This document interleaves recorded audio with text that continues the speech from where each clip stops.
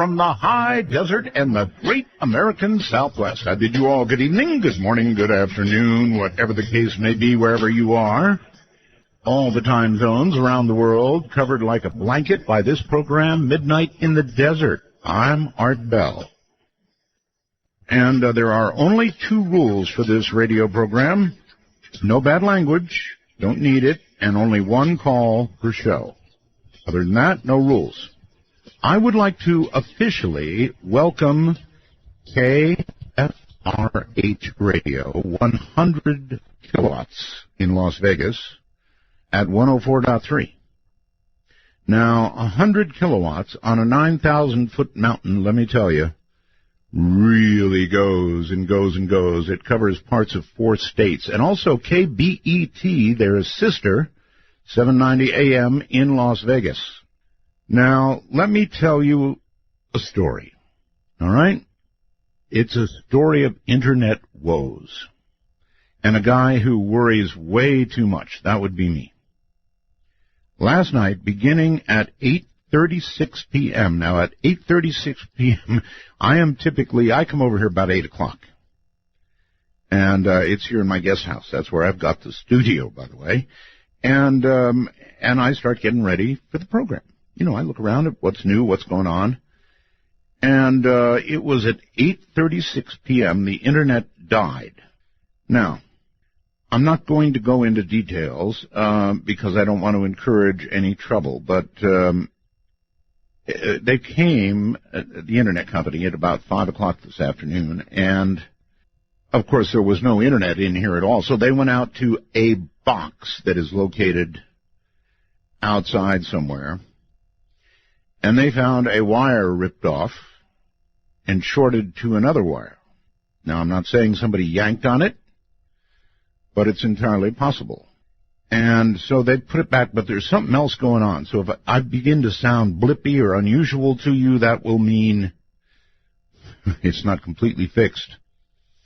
So, yeah, I mean, somebody could have yanked on it, or I suppose, it's only a few months old, I suppose, you know, the warming sun and the cooling could have done something, but wasn't exactly like that.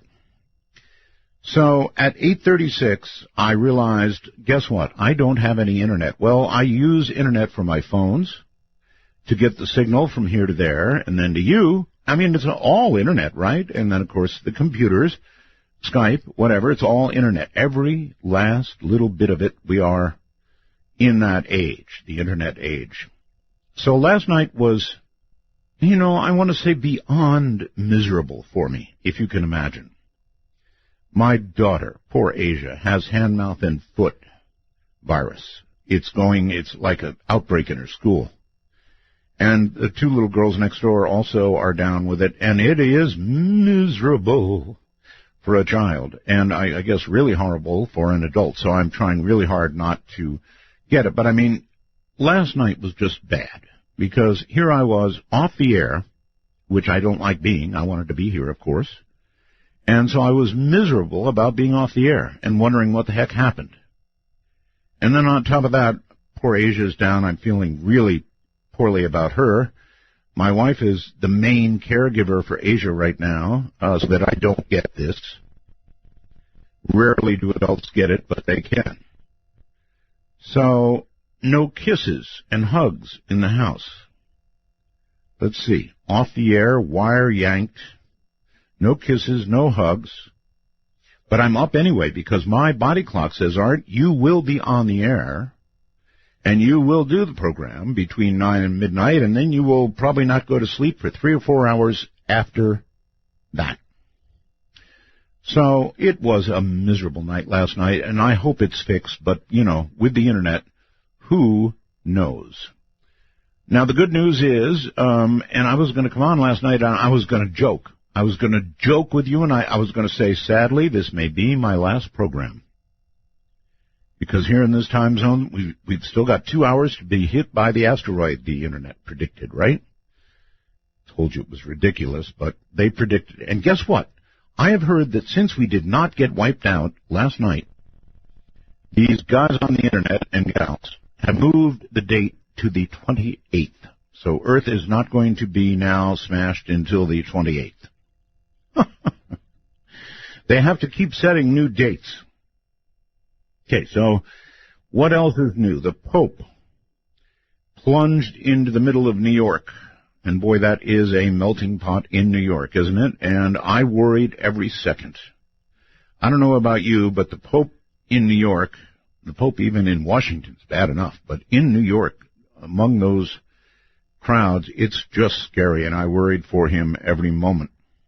A duckboat tour vehicle and a charter bus carrying foreign students to a college orientation event collided on a busy Seattle bridge on Thursday. 4 people dead, dozens went to the hospital. Bad, just awful. President of Mexico told families of 43 students who disappeared a year ago. You know about this, right? In southern Mexico during a meeting on Thursday that he would create a special new prosecutor and try to find out what has happened to all of these children. And now this. I think I have found something on Mars before Richard. Could that possibly be true? Well, all right. Probably not. Probably he knows. And I'm just on the air first. If not, then I want you to know. I want you to go to artbell.com because on Mars right now, somebody actually has found what looks like Stonehenge on Mars. I wouldn't kid you, and I wouldn't put it up if it didn't look spectacular and I should use words like torsion field and physics, and there is a kind of physics too, concentric circles. Look at these rocks. This is virtually Stonehenge on Mars. So if you want to see it for yourself, it's at artbell.com. I'm sure Richard will be all over this when he gets to air tonight. Awesome. Absolutely awesome. And I don't really see how it could be. And you take a look at the photograph and you let me know what you think. All right, so coming up next is one of my favorite people in all the world. He is Dr. Jacobs. Dr. David Jacobs, professor, actually. And the reason that I find him so fascinating is that unlike everybody else nearly in the world that I would interview, the professor does not necessarily feel that the aliens that most of us think are visiting us are good guys. You may remember this from years past. Dr. Michael Jacobs is a retired professor of history at Temple University in Philadelphia. He also has been a UFO researcher since 1966. Long time, right? In 1973, he completed his doctoral dissertation in the field of intellectual history at the University of Wisconsin-Madison on the controversy over unidentified flying objects in America. This was only the second PhD degree granted with a dissertation involving a UFO-related theme, so it's very rare. He has written and delivered many articles, papers, and addresses on the subject of UFOs and abductions. He's been a consultant to the major UFO organizations. From 1977 to 2011, he taught the country's only regular curriculum university course on UFOs and abductions. UFOs, an American Society. Pretty cool title, huh? UFOs and American Society. Since the early 1980s, he has specialized in the UFO abduction phenomenon. He has investigated, in fact, over 1,150 abductions with 150 different individuals. So coming up in a moment, Dr. David Jacobs. And we're going to hope the ones and zeros stay in place tonight. I'm Art Bell.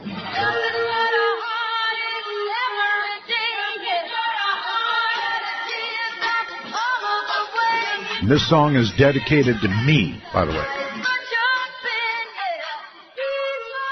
I can see for miles and miles and miles and miles and miles. Wanna take a ride? Your conductor, Art Bell, will punch your ticket when you call 1-952-CALL-ART. That's 1-952-225-5278. Well, all right, everybody. We're monitoring the situation with the Internet, and it may or may not be okay. So, having said that, I'm going to introduce you to Dr. Jacobs. Professor Jacobs, welcome to the program, Professor. Thank you, Art. I appreciate it. Good to have you. And the reason I have always... How long has it been since we talked, anyway? Oh, hours and hours ago. Yeah, more like a decade or something. Something like that, yeah. Long time, yeah.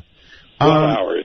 And the reason that I have always enjoyed you so much is because I have always said that these things, these creatures, these entities, whatever they are, coming to Earth, are, in my opinion, not at all necessarily our friends. And I know that you have, in fact, written a book on that subject, and that you probably agree with that. And you're about the only one, frankly. Everybody else thinks it's kumbaya time, and they come down to advise us every now and then on our poor ecological maintenance of the planet. Yeah, to me, it's just... Well, it's unfortunate. I just never get that. I never have gotten it. And even Bud Hopkins didn't get that. He might have gotten it a couple of times, but the majority of the times he never got that. And it's all a matter of the agenda that one has going into the session. It's all a matter of the questions that are asked, and the ability for the person who's doing the questioning to analyze what those questions mean, as opposed to just accepting them at face value. And it's really a struggle for me, because I come across this all the time, and I just know it doesn't make any logical sense whatsoever. It makes no sense in terms of what people tell me. Well, I don't know how many legitimate cases of abduction and messaging do you think there have been? I interviewed Travis Walton not long ago. That's a very well witnessed case. Oh yeah, good case. A good case, but he doesn't remember much. They didn't have much of a message for him. How many? The problem is, he only remembered about 20 minutes of a 5-day event, and he didn't undergo hypnosis to find out really what happened. That's right. So, how many cases have you studied, Doctor, in which, there has been a substantial message given and that you feel the case is pretty good? None. There's no such thing as a message, in my opinion. People don't come from a trillion zillion miles away to give somebody a message that they will immediately forget, because that's what the abduction phenomenon is all about. Logically, see, the message concept came from the contactees of the 1950s, who basically were charlatans. The major ones, George Adamski and Truman Bethroom, and people who the audience probably never heard of. But they were all the rage in the 1950s, and they got on flying saucers, and they took trips to the various planets. One guy, Howard Menger, took a trip to the moon. He got out on the moon's surface. The air was just like the air you and I breathe. He had dinner with the king of the moon, And other ones go to Venus, and it's wonderful, it's great, it's a paradise on Venus, so sort of forgetting to talk about the fact that it's 800 degrees on Venus. And they were always left with a message. And the message was, we come in peace, it's great, and we all have to get together and stop atomic bombs and kill communists. Now, that might be one area where you're making a point that needs to be contested.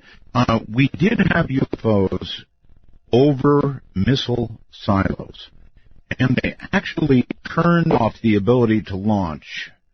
That's pretty good evidence of that. And then the Russians had a very similar incident. And other than that, you're right, but I mean, those two are standouts. Yeah, but those aren't necessarily messages. We don't know what happened there. It could be that their very presence in some way screwed up the electronics, like car stoppages, which for UFO sighters is just, there's thousands of those. People say that their car will slow down and stop, and after when they see one of the UFOs in its proximity. Yeah, but they weren't hovering over high emission Volkswagen factories. They were hovering over ICBMs. Right. But still, we can extrapolate that as a message because but there's still so many other things it could be that the message just fits into one of many. For the messages of today, generally speaking, the messages that people have, I've read about, that they're personal messages to the person that deals with the problems of the earth, ecology and right. climate and things like that, all sort of current stuff.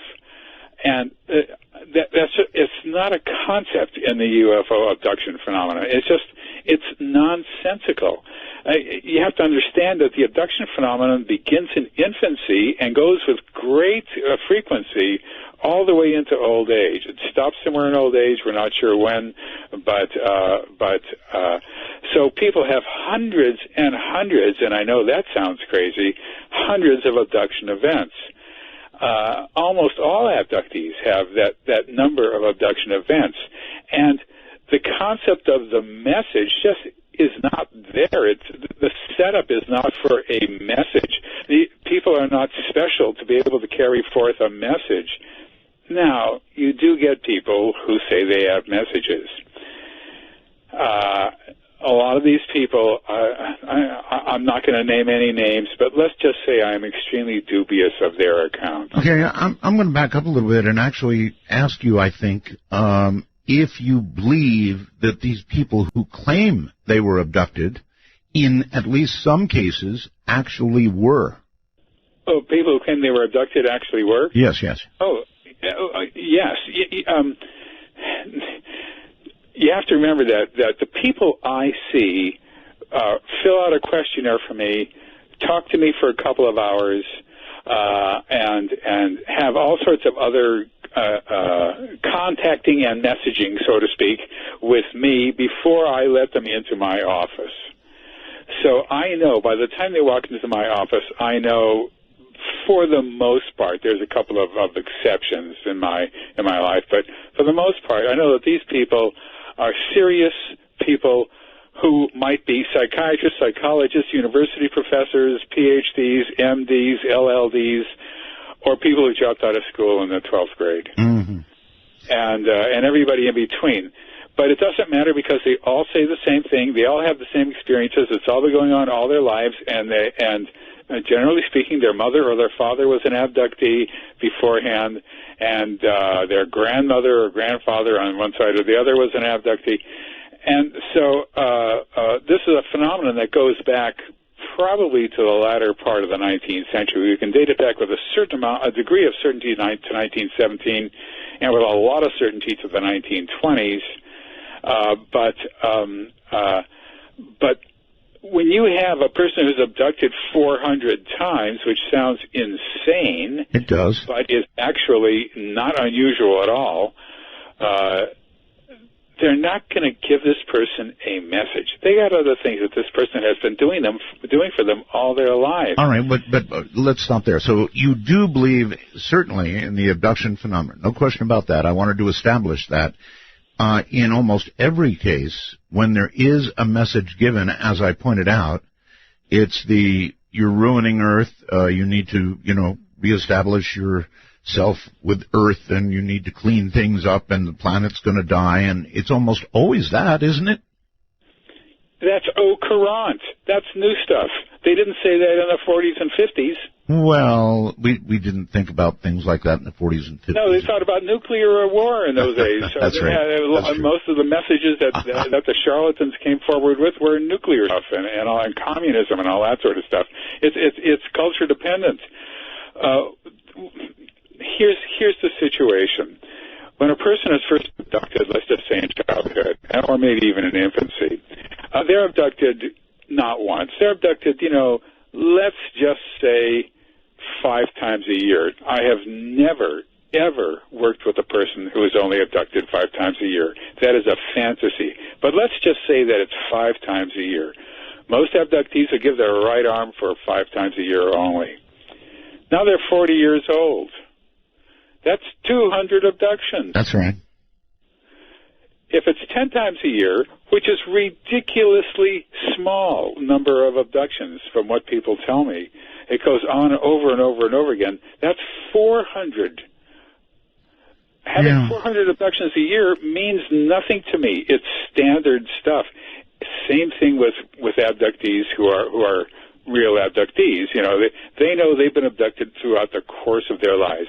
They only may remember maybe 20 events or maybe 30, and I have one woman who I worked with on a daily basis almost, who we talked about 100 different events that had happened to her, but she was being abducted a couple of times a week. All these people want it to stop. All these people don't like it. They want to get rid of it. Professor, I've got to say, if I was being abducted 400 times a year, I'm not sure. A lifetime, you mean. In a lifetime, 400 times. I'm not sure I could maintain my sanity, which probably is in doubt when you claim abduction anyway. I'm actually not. They don't remember any of them. And the ones that I see or other serious researchers see are the people who have bleed-through memories and remember some events happening to them and don't know what those events were, and they want to find out. They've been thinking about it for years, and they just need to find out what happened that time when they were driving along the highway and they were in one spot, and then it was 2 hours later, and they were in the same spot. And they think about that, and they think about that, and they want to clear it out. They want to find out. Generally speaking, with the questionnaire I have on my website, they've undergone a whole lot of other things that they don't attach to abductions. But abductees answer these kinds of questions in huge percentages, and non-abductees usually just say no. And so it's a clandestine phenomenon. And when you're secretive, the first thing that you have to do to maintain secrecy is prevent the person who's being abducted from remembering it. That's why it's so difficult to do, and why you have to have hypnosis, and why more people aren't coming forward, although there's thousands and thousands and thousands who've already come forward. So getting a message and remembering the message, like I said, it makes no sense. Well, all right. Then I'm taking it that you generally put a person under hypnosis, and that's the only way they remember what happened, right? Sometimes people remember what happened in a single event. They don't remember other events, but they remember one thing, and they consciously remember what happened to them. Now, here's another problem. And my next book is going to be how to do hypnosis with abductees, because it's a tangled mystery. When they consciously remember the events that took place during their abduction, which might have been 5 years ago, might have been last night, whatever it is, they're notoriously inaccurate. Most people think, well, if a person remembers it just straight out, it's got to be real, it's got to be accurate, they've got to know it and all that. And the answer is no, that is not what experience tells us. It's notoriously inaccurate.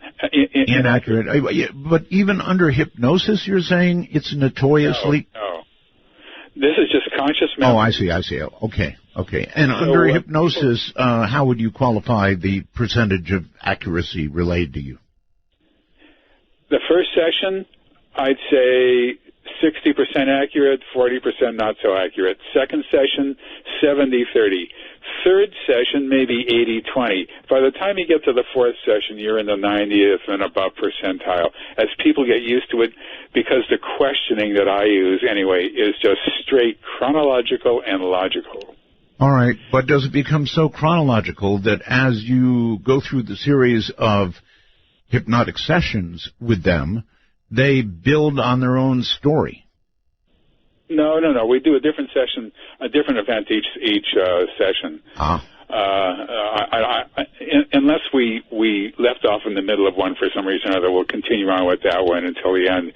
But I try to do a different event each time. And the one that they consciously remember, which might have happened 20 years ago, for example, that's an important one for their life because they've been thinking about that for 20 years.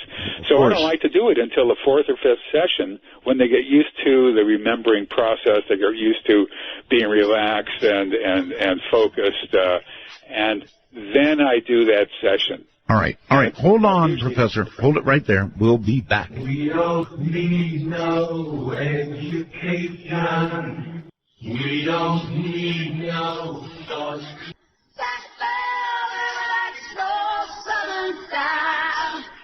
In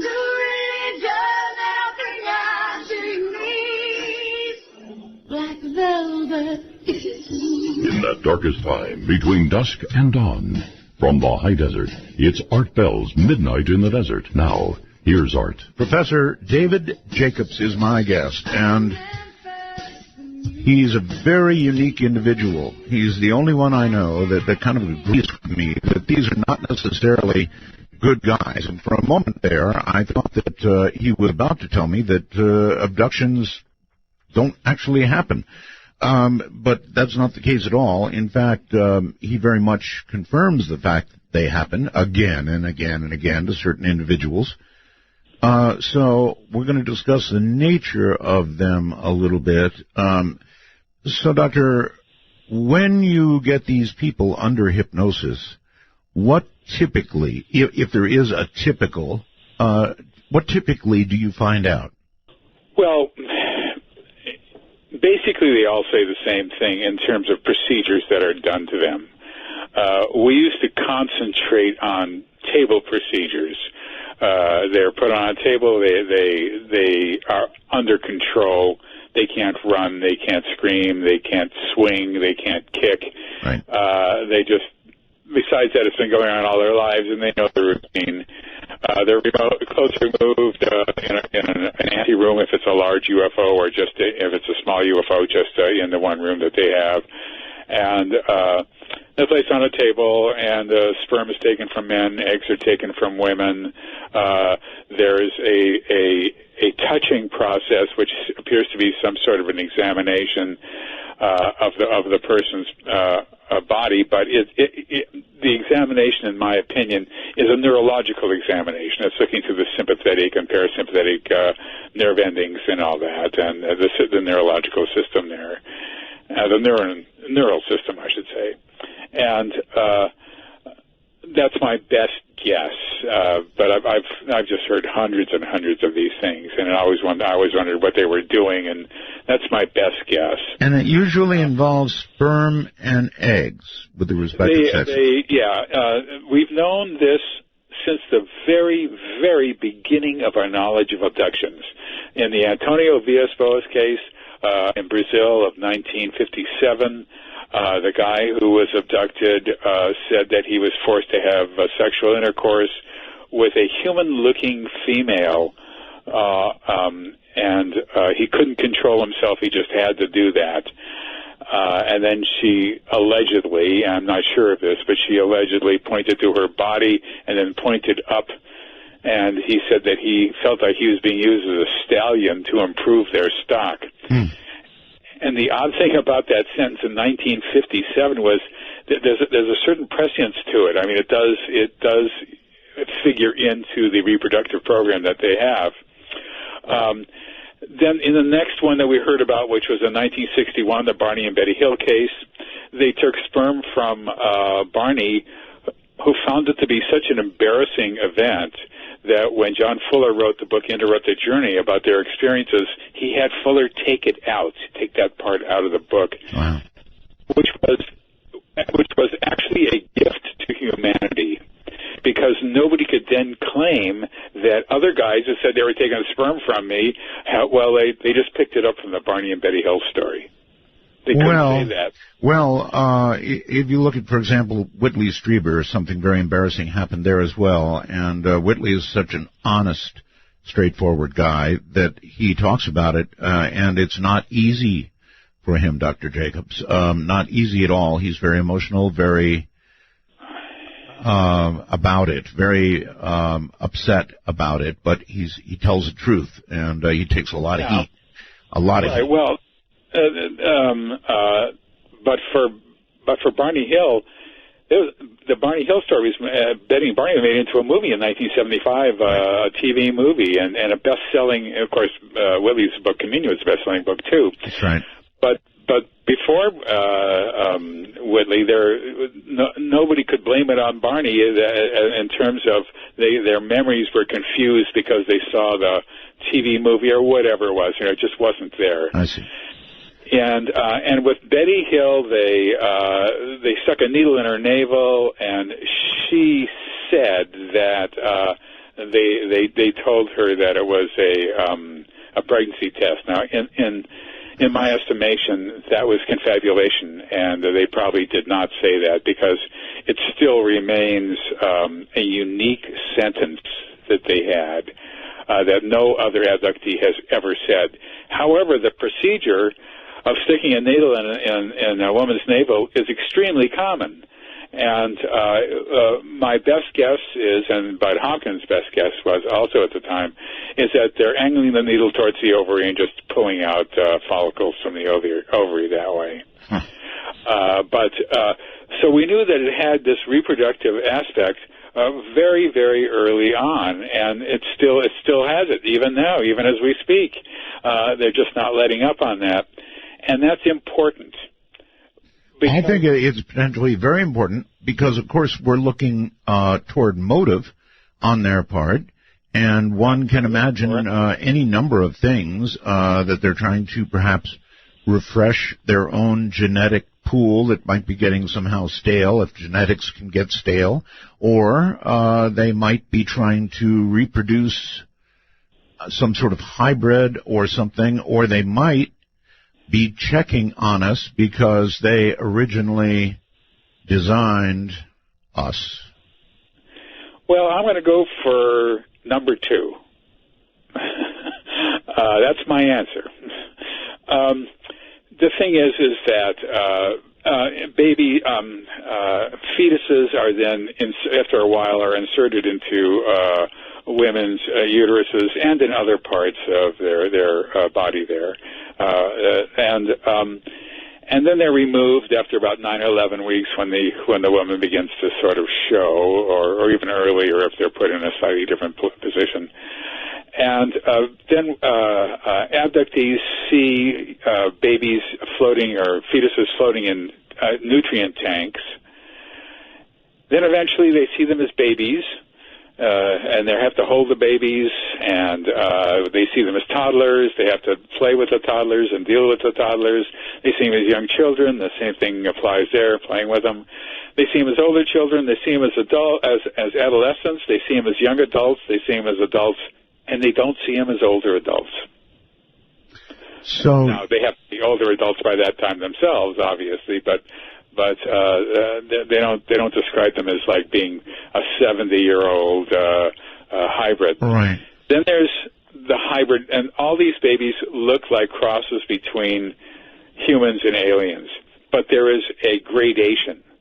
Some look quite alien, some look quite human.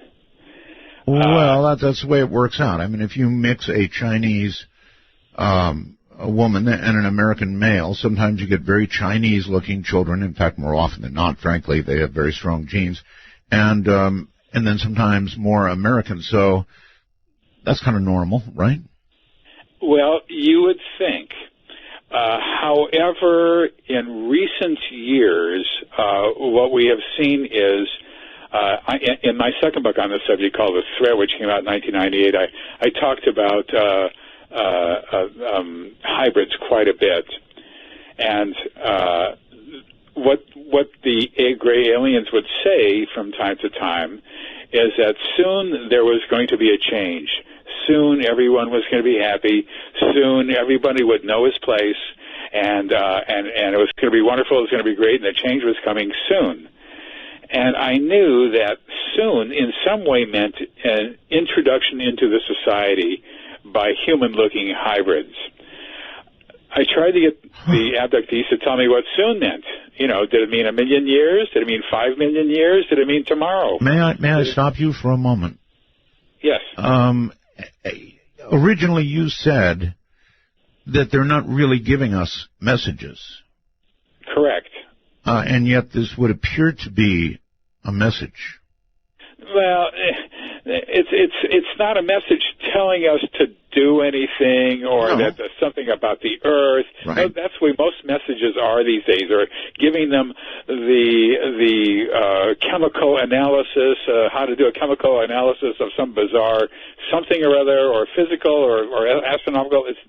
This is just soon we're all going to be together, you know. Okay. And a lot of abductees have reported this. But you can't really take it as a message. It's just something that is said. But we never knew what soon meant.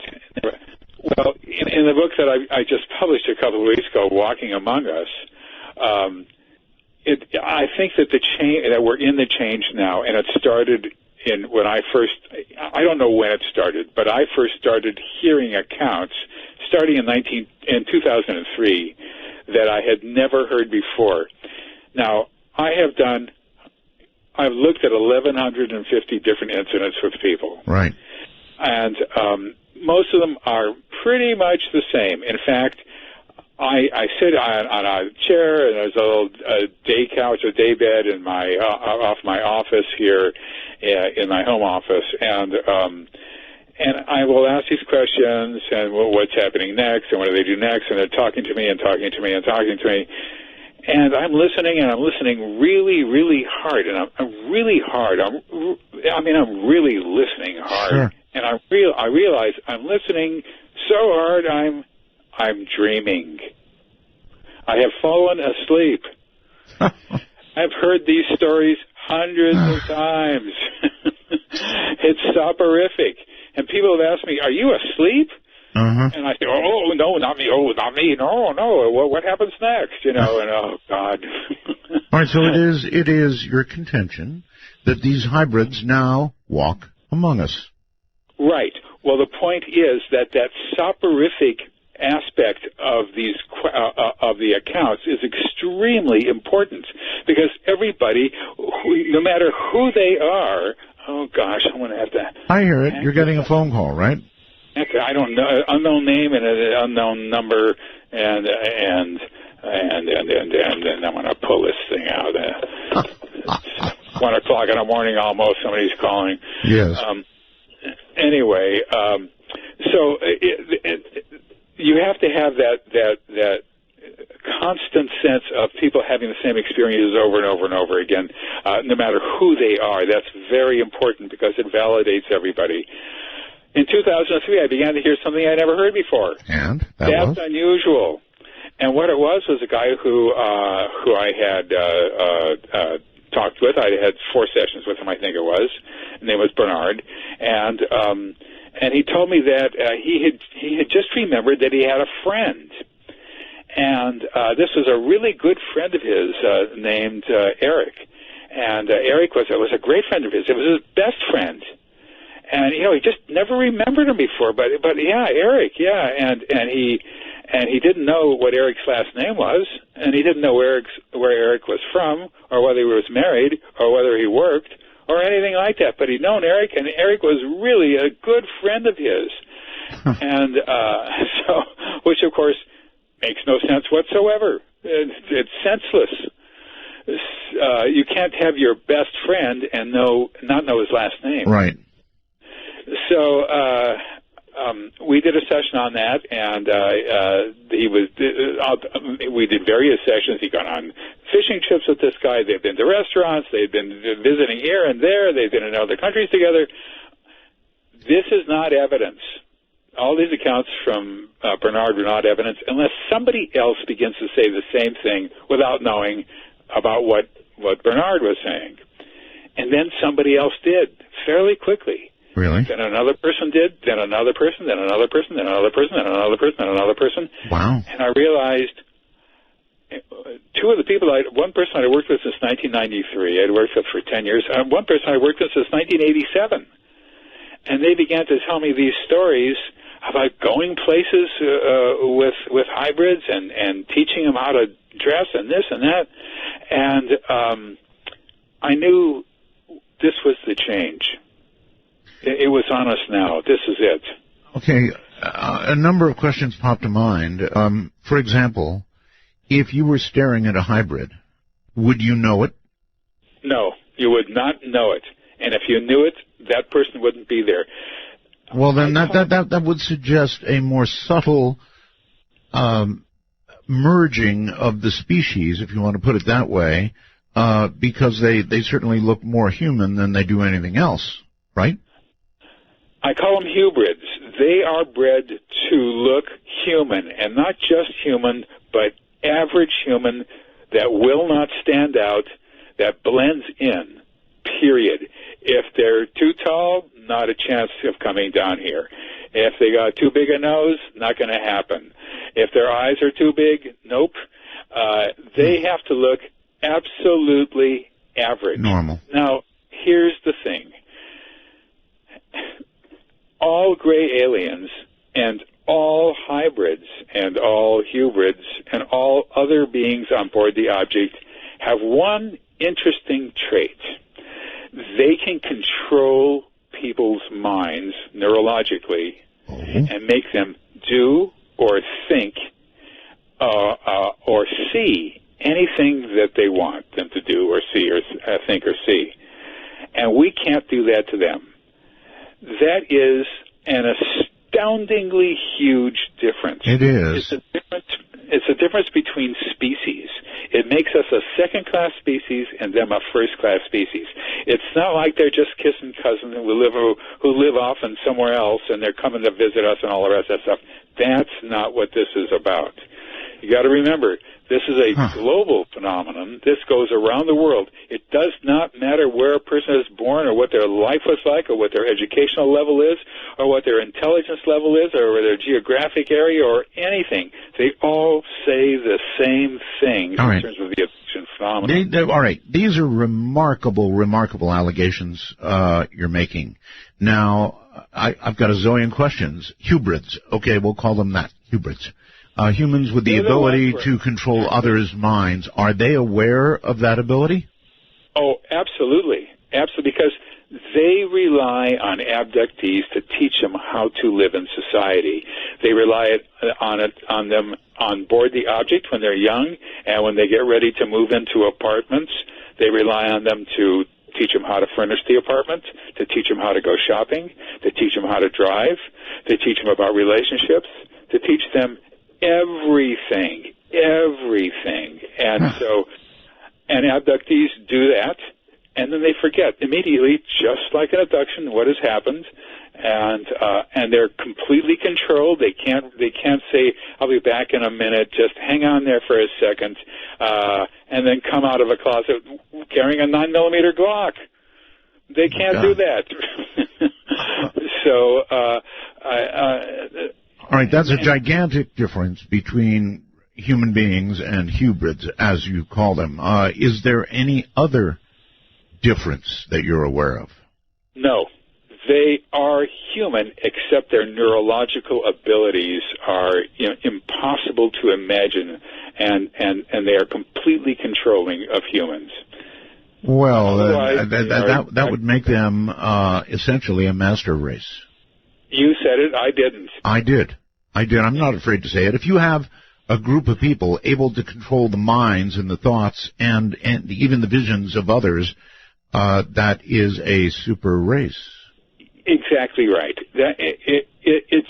I just don't see a wonderful, fulfilling phenomenon that is happening to us that we're begging to hurry up and come here. I just don't see that. It's not what people tell me. Okay, I'll take it. That's not what people tell me. I've run little experiments with people. I tell them, Now, I don't want you to tell me anything bad. I don't want to hear anything bad. I don't want to hear anything that I don't like. You understand? Professor, do not hold tell on. me anything bad, I will say to them, and do hypnosis, Right. and they just couldn't care less. Hold on, Professor. Hold on. We've got a break. I'll be right back. This is Art Bell and Midnight.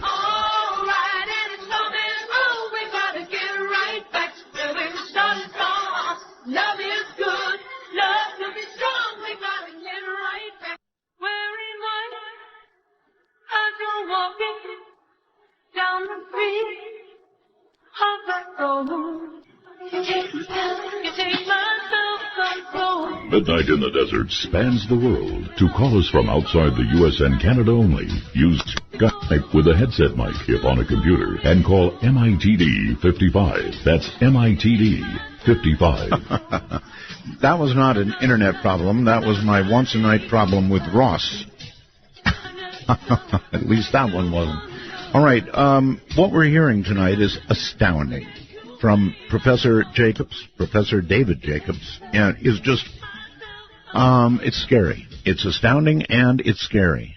I mean, what have we got here? What are we talking about? We're talking about, if you listen very carefully, we're talking about a master race of people who look just like us, who are fully aware, he calls them hybrids, fully aware they have the ability to control others' minds. So we not only have a master race, but we have an invasion. And that's what it is, Professor. Again, my word, it's an invasion. Well, I use the word takeover, I use the word invasion. I guess I use those words in the book as well. You know, the book's title is Walking Among Us, and I explain in the book that when people asked me some years back, do you think they're walking among us, that was my favorite question to answer. I love that question because I got to say, absolutely not. There's not. That's ridiculous. Nobody's walking among us. That's just not happening.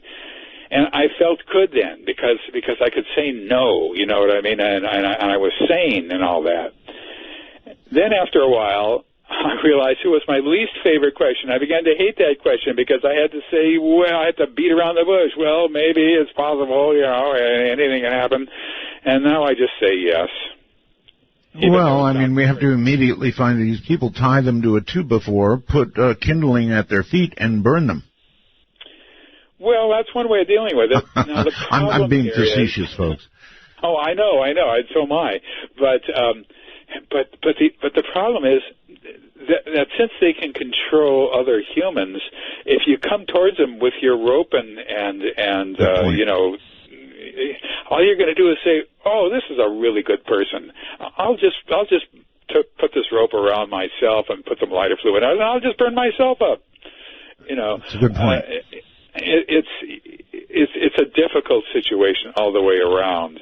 And what this book is about is the processes and the procedures and the bureaucracy involved with settling people down on Earth and letting them blend in.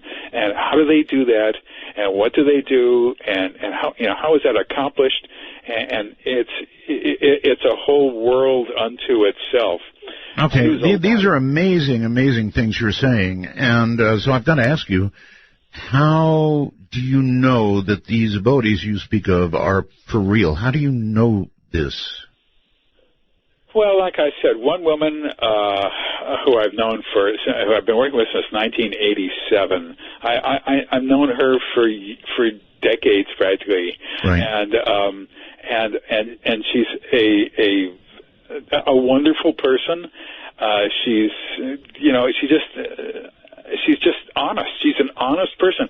Everybody I've worked with who's in this book has been an absolutely rigorously honest person. And here's something else that people have to understand. People come to me who are high-functioning people, who I mentioned before, university professors and yes. psychiatrists and psychologists and medical professionals and all that. And they're coming to me to examine their abduction experiences, knowing full well that if anybody finds out about this, it would destroy their careers. absolutely, positively, without question. Mm-hmm. All a psychiatrist has to say is that I've been abducted by little gray men from another planet. That's all they got to say if they don't ever want to work in the mental health field again. That's right. And so, therefore, there's no reason whatsoever to come to me at all and take the chance that I myself am some sort of goofball who's gonna use their real names and send it right to the New York Times or something like that. But they're taking that chance because they desperately will want to know what has been happening to them throughout the course of their entire lives, and they can't figure it out, and they need to have help by a person who can help them figure it out. There's no reason to do that if they're faking it. They never tell anybody afterwards. They never write an article saying, "See, I faked it. It's great. See, this guy Jacobs, he's a jerk. He fell for it." That just doesn't happen. All right. But let me be again. I want to be straight on this. So, you're basing your claims on the fact that you have been told this by person after person after person under hypnosis that has been abducted or complains that they were abducted, right? They were abductees, and they've been abductees in childhood, yes. All right. Am I to assume that, for example, there was a minor, I guess what we would consider a minor genetic modification made to what turned out to be these hybrids with this ability that we've been talking about, to control thoughts? Well, there is a spectrum of hybridization. It's probably a smooth curve, but what I've done is bifurcated it into different types, just to sort of get a handle on it. Like, for example, hybrids who look half alien and half human and really look weird, they have specific tasks on board a UFO. They usually take care of babies and very small children, for example. Mm-hmm. And there's other ones that have tasks as well, who would not be able to fit in here, and they're just part of the program. What we're looking at is a massive global program of hybridization that's going on. The ones who are moving in, though, are the culmination of the program, of the actual physiology of the program. Now comes the social context, which is moving in. The thing about the hybrids is that they are 100% loyal to the ones above, as they call them, which means the ones who are calling the shots, who are in fact, and here comes controversy, the insect-looking ones. I call them insectoids. They are the ones who are in control and calling the shots. They're the ones who tell other people what to do. They give orders. They don't take orders. All right. I might as well stick my neck out and ask, since you've determined all of this, have you determined what their motivation is, what they intend to do with these hybrids? No. How's that? Well, it's a good flat answer. Right. We don't know the motivation. In other words, we don't know the ultimate why question. Why are... Now, I'm projecting this ahead. I'm calling this global acquisition. I hate to say it, but you have to remember, this is a global phenomenon. It's not happening. If I found it in my corner of southeastern Pennsylvania, it's not possible that this is where they were setting down the first hybrids to blend into the society. It's just not possible. If I found it here, it's happening everywhere. And so, the chances are so much against it. So it's happening everywhere, and that includes Pakistan and Japan and Korea and all through Latin America and all through Europe, of course. And that's what that means. I think. It seems to me. I'm extrapolating here. So the question is, well, why are they doing this? What is this all about? If I call it global acquisition, maybe I'm wrong. Why are they doing this? And we don't know the answer to that. Now, the interesting thing about not knowing the answer is that this is a phenomenon. The abduction phenomenon is either psychological or it's happening. There's nothing in the middle. With UFO sightings, there's plenty of middle. You see something up there, everybody sees something up there, and it's not a UFO. They think it's a UFO. They reported their investigation, and it's not a UFO. It's a plane. It's a blimp. It's a cloud. It's whatever. Yeah. And with this phenomenon, it's either psychological or it's happening. There's no way you can explain it in another way. It's not sexual abuse in childhood, which is nonsensical. And has no science behind it whatsoever.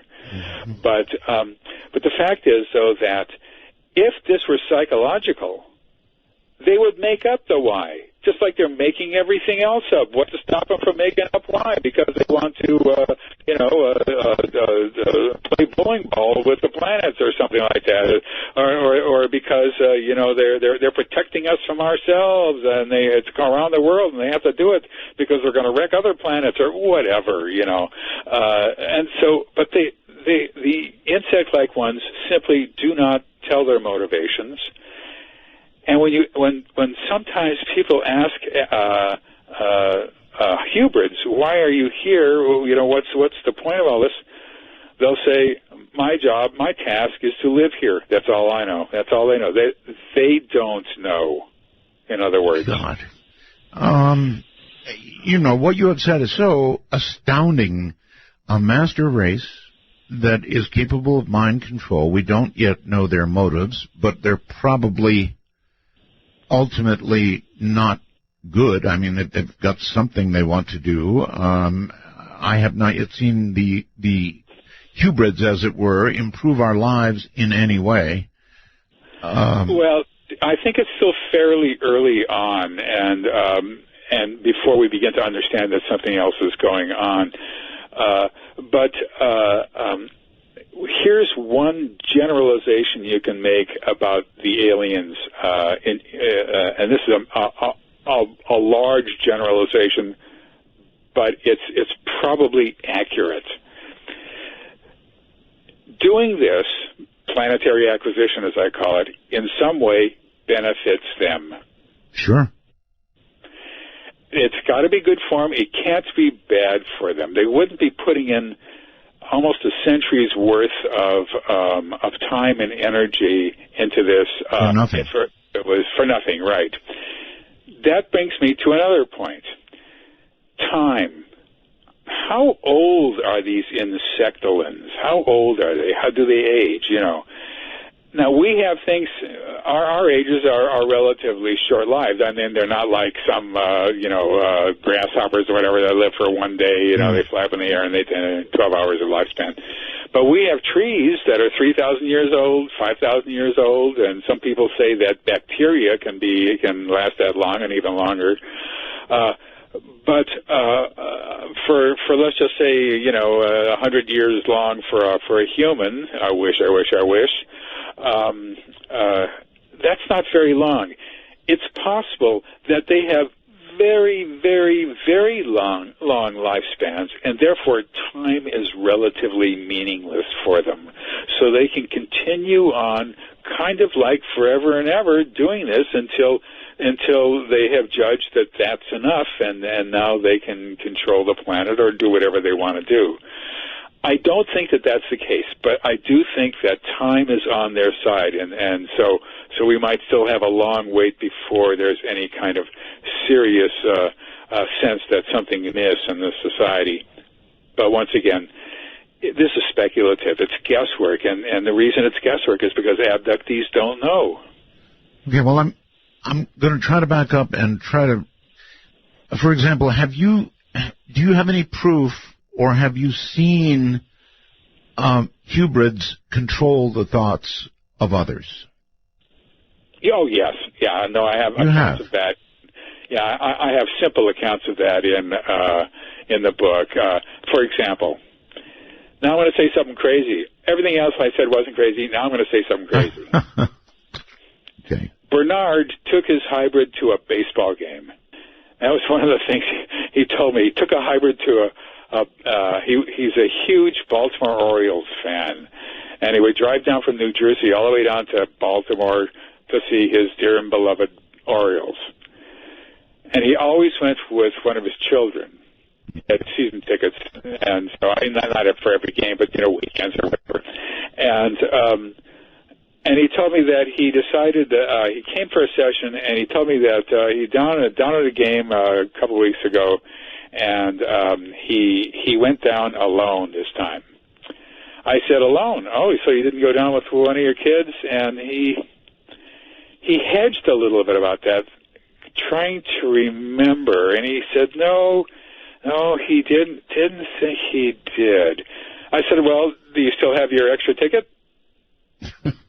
No, he doesn't have the ticket. I said, well, do you remember what you did with the ticket? They just stand out in front of the stadium saying, ticket here, yeah. got a ticket, you know. He couldn't remember whether he did that or not. Now, this was only 2 weeks ago. I said, this is what's called logical questioning. I said, well, was there somebody sitting in the seat next to you, or was it empty? Right. When you got there?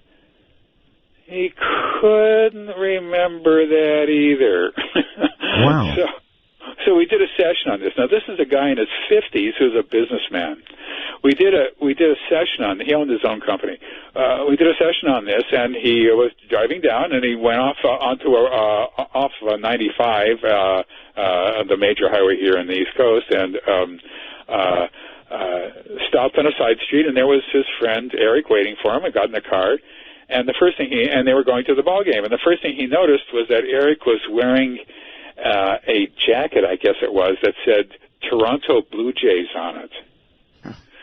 And so Bernard said, well, you can't do that because we're going to an Orioles game, and you know, you got to get with the spirit of the crowd and so forth. And so they decided, when they got to Camden Yard, they went into a store that sold Orioles paraphernalia, and he went in, the hubrid, the Eric, and he picked out a shirt that said Orioles on it, and he walked past held the shirt in his hand or whatever it was. He walked past the cashier, who he nodded to, and she nodded to him with a smile, and he walked out of the store with the shirt.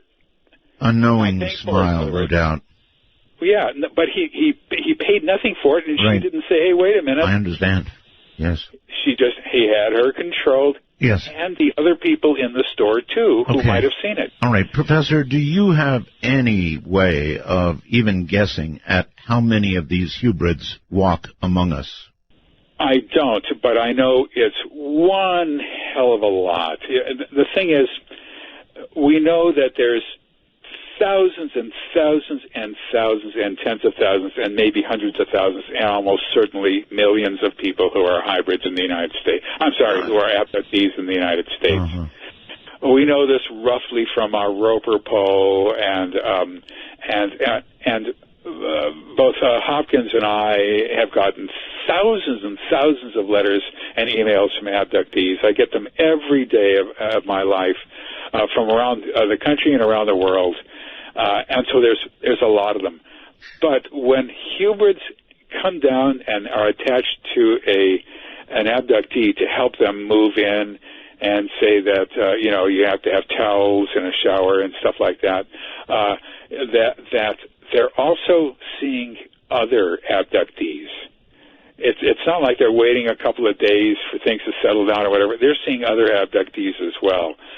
So each hybrid has a group of abductees who help them, and we know therefore that there's a lot of abductees, but there's also one hell of a lot of hybrids being put into place. One of my people showed me took a photograph of an apartment complex where they were moving in at a place near Scranton, Pennsylvania.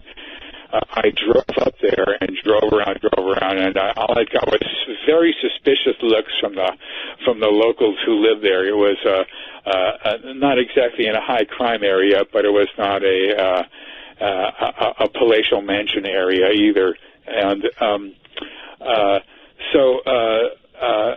I couldn't tell. And I had it in my mind that one of these days I get some political paraphernalia, and I knock on people's doors handing out pamphlets for local candidates somewhere, and I'd have a hidden camera on my body, and they'd open the door and they say, no, I don't know what that is, go away, but I'd have a picture of each person and maybe get the abductee to identify, but that sort of never came never came to fruition. All right. Well, some of these, Professor, may be my words, but when you begin talking about hubris, creatures that are only part human, the part we see mostly, that are capable of wait a minute, that are capable of mind control. Yep. All this orchestrated by an insect-like race of aliens, right? That are creating a master race and are conducting an invasion of Earth. And, you know, it's nothing short of that, what you're saying. You may not use the words. It may be me that used the words, but I'm just putting together what you're saying. You're going to scare the holy you-know-what out of people. I've already done that to myself. I mean, there's nothing that isn't scary about this. I look at I have two young men who are my sons. I look at the future for them, and I think, oh my God, what's going to happen to them? You know, I wish I was on the other side where everything was loving and wonderful and benevolent and environmentally friendly, but that's just not what people have told me. As I was saying to you before, I would tell people I don't want to hear anything bad, and then I would order them, do not tell me anything bad. And then do hypnosis with them, and then they just tell me the same thing.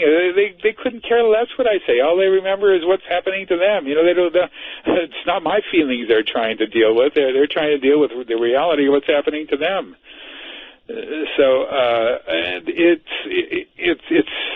Well, I remember, Professor, a lot of movies that have dealt with invasions have featured people like yourself who have realized what's going on and have tried to tell people what's going on and generally have been roundly ostracized by those that, you know, you've told.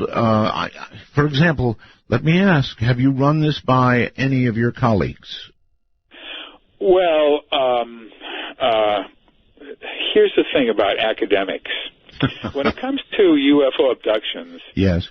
Well, let me start with scientists first. Okay. You know, scientists have discovered something that goes faster than the speed of light, and what that something is the speed at which they get stupid when they talk about abductions. It happens faster than the speed of light. It's a miracle. And academics in general are pretty much like that.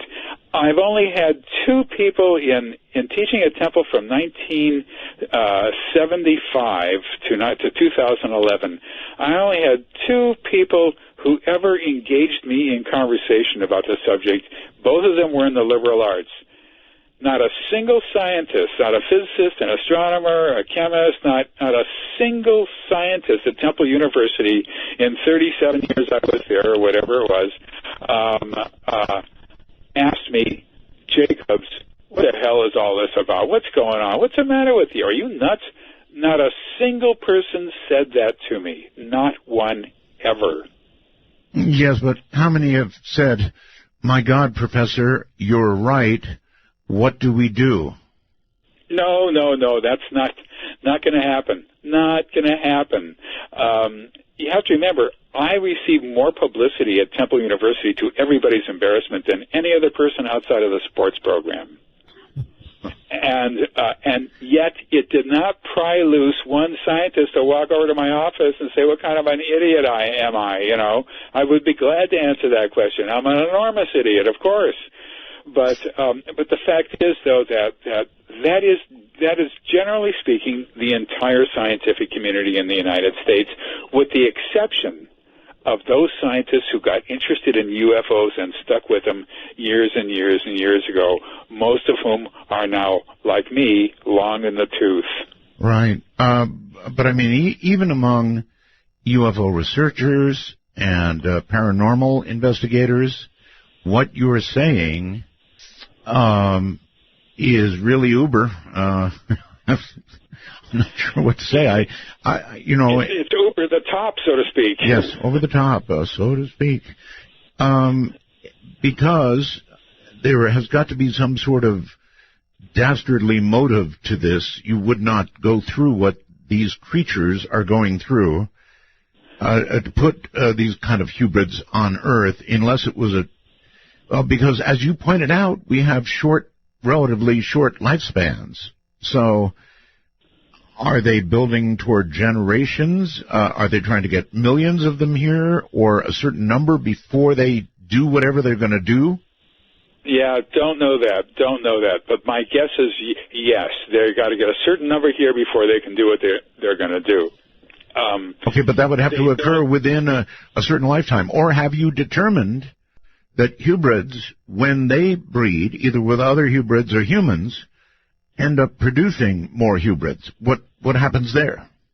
They end up producing more hybrids, probably, and that depends on what happens.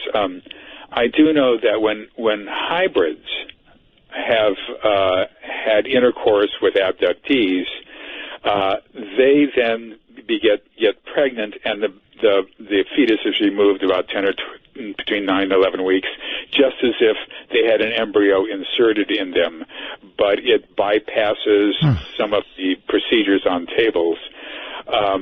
However, this is different, and so we don't know yet whether or not hybrids can, in fact, have children with abductees. We don't know that. We do know that they are not to have sexual relations with female hybrids. Oh, how do we know? How do we know that? The hybrids have said this, that they have to, they stick with regular humans, because otherwise I guess they think that it's just not spreading out the phenomenon enough in some way. I don't know. But what hitting on a female hybrid would be useless. Yeah. What's the point? The point is you want to spread your seed, so to speak. Right. Well, she doesn't want anything to do with it, though, right? No.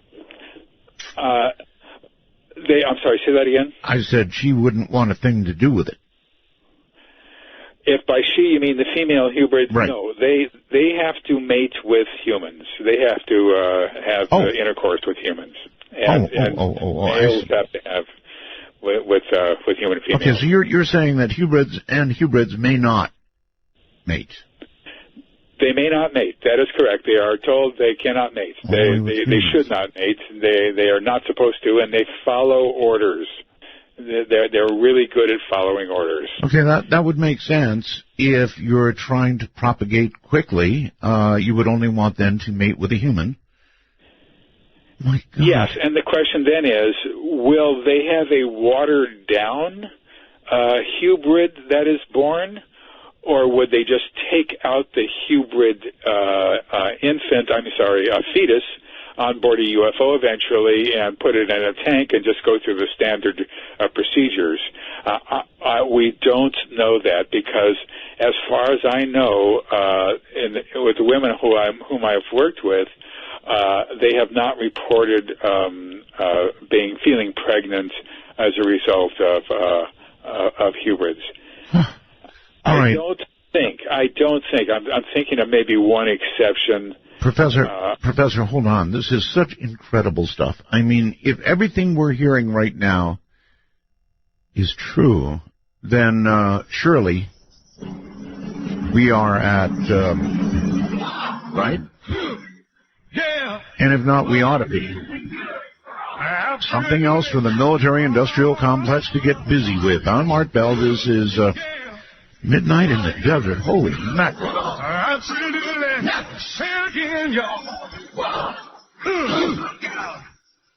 What is good for? Absolutely. Listen to me.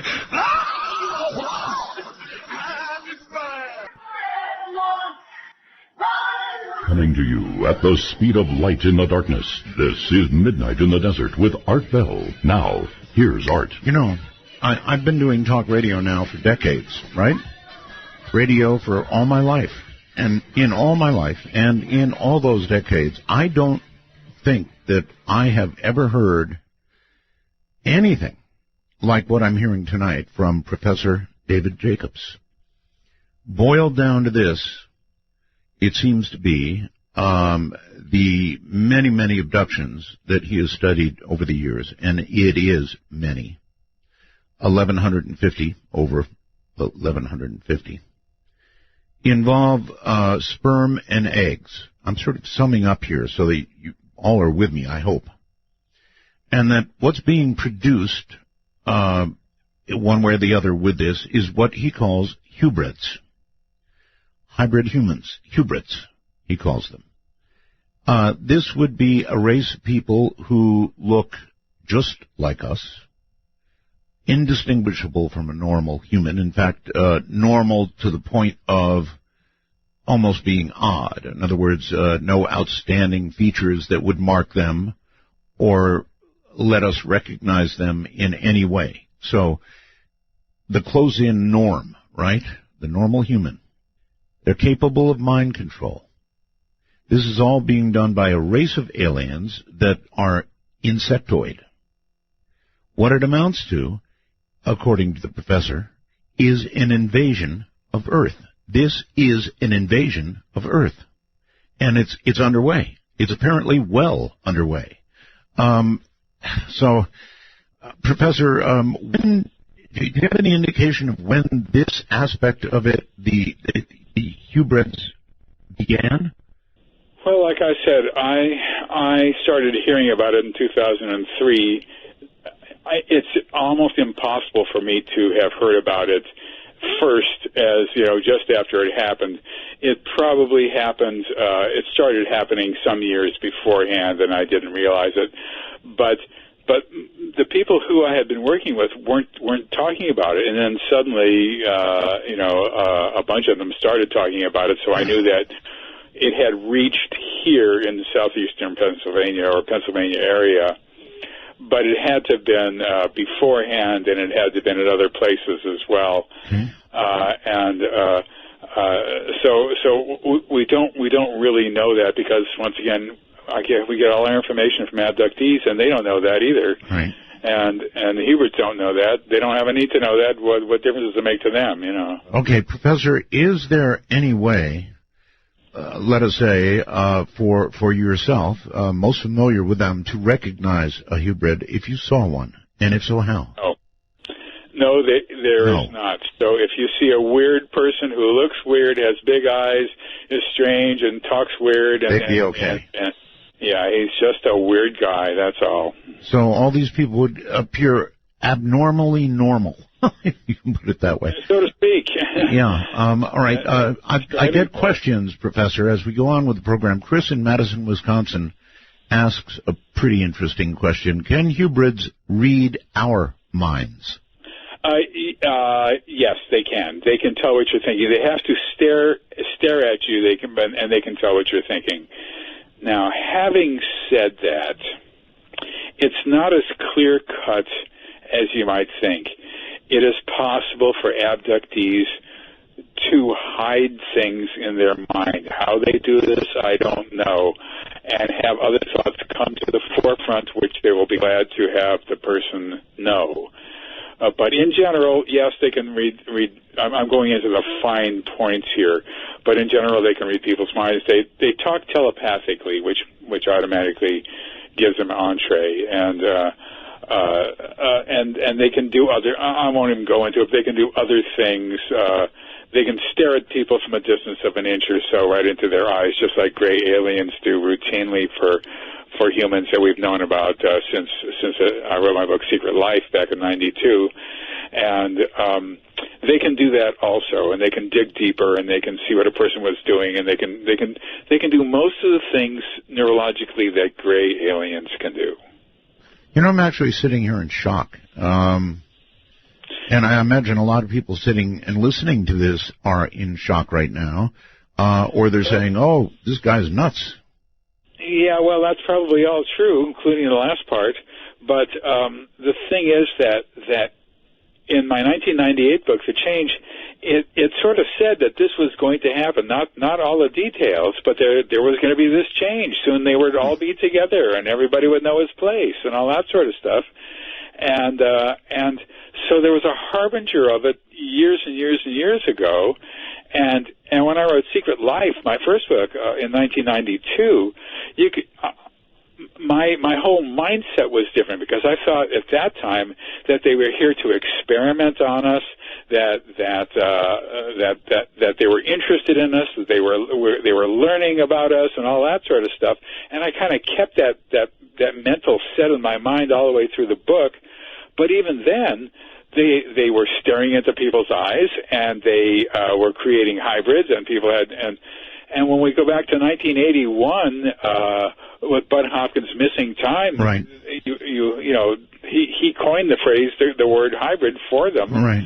And so it keeps going back and back and back. But Professor, when did it become apparent to you that what we were facing was actually an invasion? It's a hard word, invasion.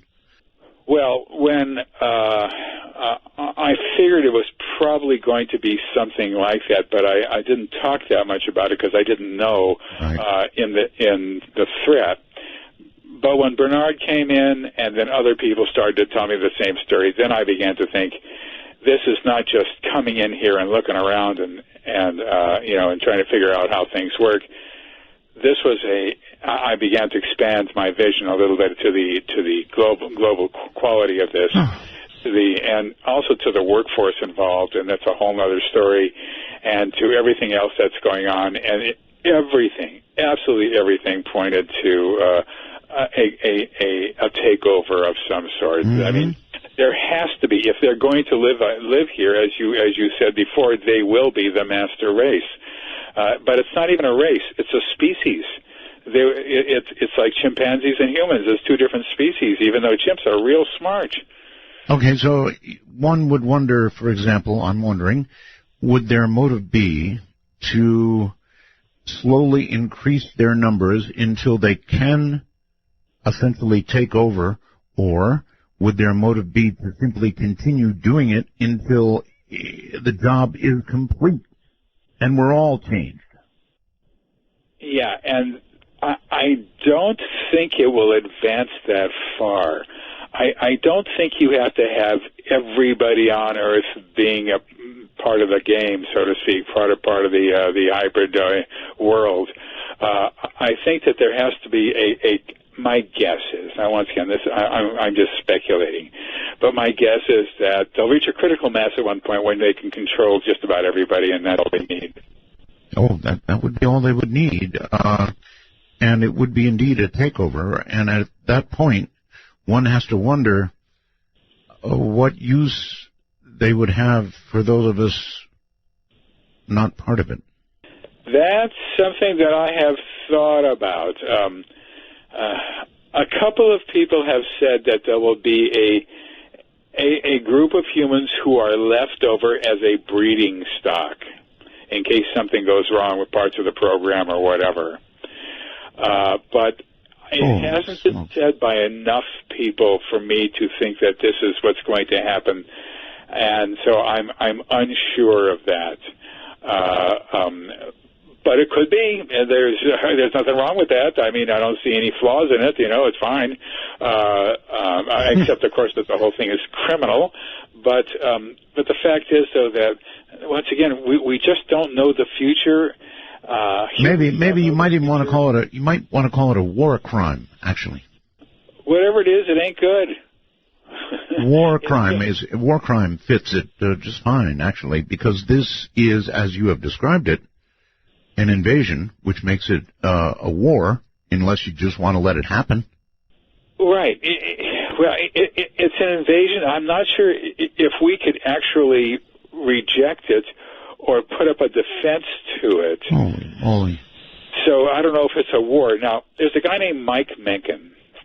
Mike Mencken is a really good man, and what he does is he's figured out that if they're going to control us telepathically on board a UFO or to abduct us or whatever, which they do, of course,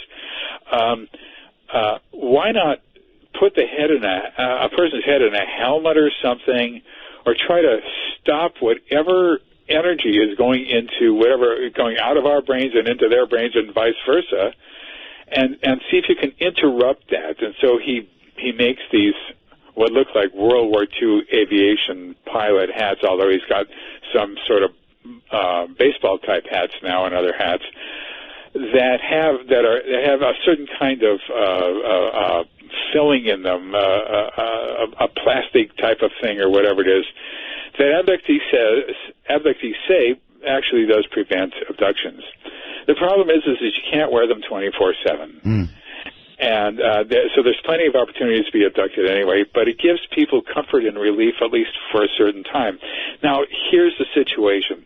Mike is a good guy, he's a great guy, and I like him a lot, but what we need is a group of heavy-duty scientists who put their heads together and try to figure this thing out and try to see what kind of countermeasures we can come up with.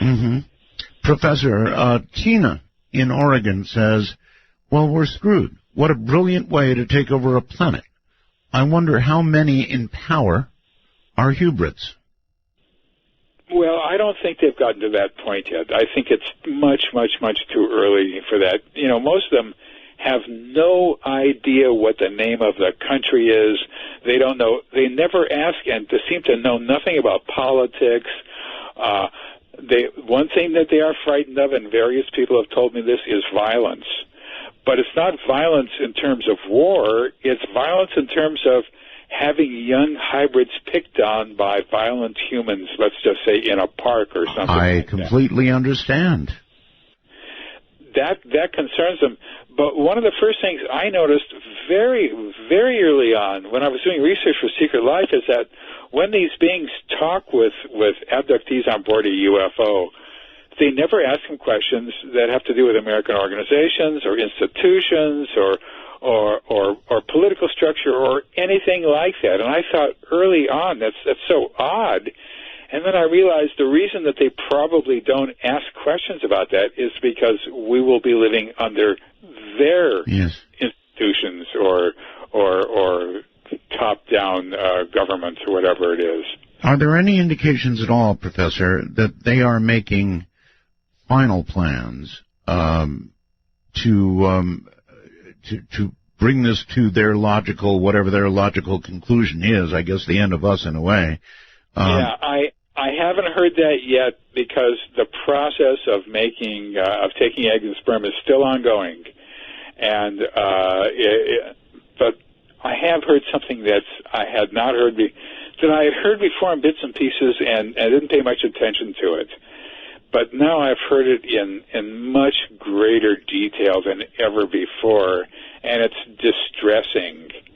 And it has to do with some abductees, not all, and not even the ones that are helping, not all the ones that are helping hybrids, but just some abductees who are being trained to do the work of hybrids and gray aliens. Stare deeply into people's eyes, make them do this, make them do that with their minds. Find people who live in another state through some sort of apparatus that they can look through, but still dealing with their minds, and teaching them basically how to be hybrids, even though they're not. And they don't want to have anything to do with this whatsoever. And they feel like they're that even when they're teaching children how to get dressed, they feel like they're traitors to the human race. You know, there's this guilt that goes to them, even on board the object. And but this business of training hybrids with other hybrids who sit next to them, teach them how to do this, on how to stare into a person's eyes, how to make a person think he's, for example, I have this as one of the examples, make a person think he's jumping off a cliff in a room, and force him to do that even though he's scared to death and doesn't want to do it. And this is another abductee. And there's a lot of stuff that I didn't put into the book that's even very, very, very routine, getting abductees to stand up in another room when there's a wall between you and walk into the room that the one who's being trained to do this kind of stuff is standing in. All right.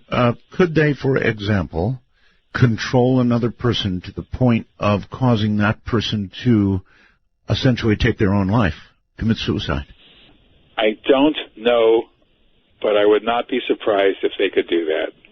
I don't know because they got this one guy to think now this is a little bit more complicated, but to think he was jumping off a cliff. And they did not want him to go to the point of actually jumping off the cliff because he would just fall to the floor and he might, as the alien said, be damaged. So well, it might be a great way to practice getting somebody to actually do that. That's exactly what they were doing. Oh, my God. They were just trying to strengthen the person's ability to control that other person, even to the point of jumping off a cliff. I'm telling you, Professor, in all the years I've done talk radio, nobody has scared me the way you're scaring me tonight. You're really doing a job on me. Yeah, well, it is frightening. There's no doubt about it. There's just nothing that's soothing about it. There's nothing that's calming about it.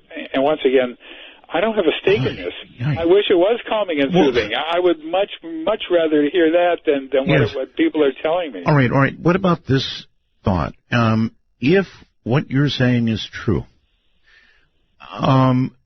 it seems to me that your life would be in almost immediate danger. That's going to be the subject of my third book, my last book, rather.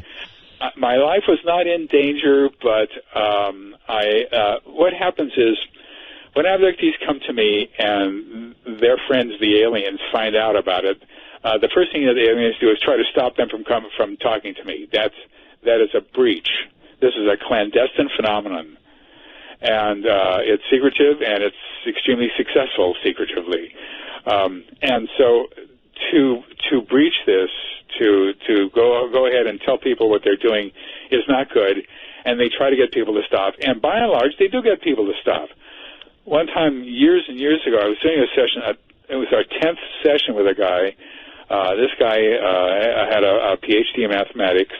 I was doing a session with him, and in the 10th session, he was telling me what was happening, and then suddenly he sat bolt upright, and he said, "I shouldn't be telling you this." And he got up and he said goodbye, and then he walked out, and I never saw him again in a session. Now, they obviously had gotten to him saying, "You're doing the wrong thing. You shouldn't be going there. You shouldn't be telling him that," and all that sort of stuff. And they got to him. And other people have done similar things. But this one woman was extremely resistant, and she kept talking to me and talking to me and talking to me. And they did all sorts of things to her. And they even have they have methods of violence that they use. And this has been reported to me by several different people, so I know that this is... And the methods are so somewhat off the wall that it's hard to it's not the first thing that would come to mind. All right, Professor, would you hold on? We're coming up on a break, and I'm going to take a moment early just to say, my God, are you all listening to this? I'm going to open the lines. I really think you need to be able to ask questions. So our public line is area code 952-225-5278. That's 952-225-5278. Skype in North America, of course, MITD51. And in the rest of the world, MITD55. In all my years of doing talk radio, I have never, ever run into something quite like this. This really is frightening. And I must say, if you were thinking of devious ways to take over a species, it doesn't get much better than this.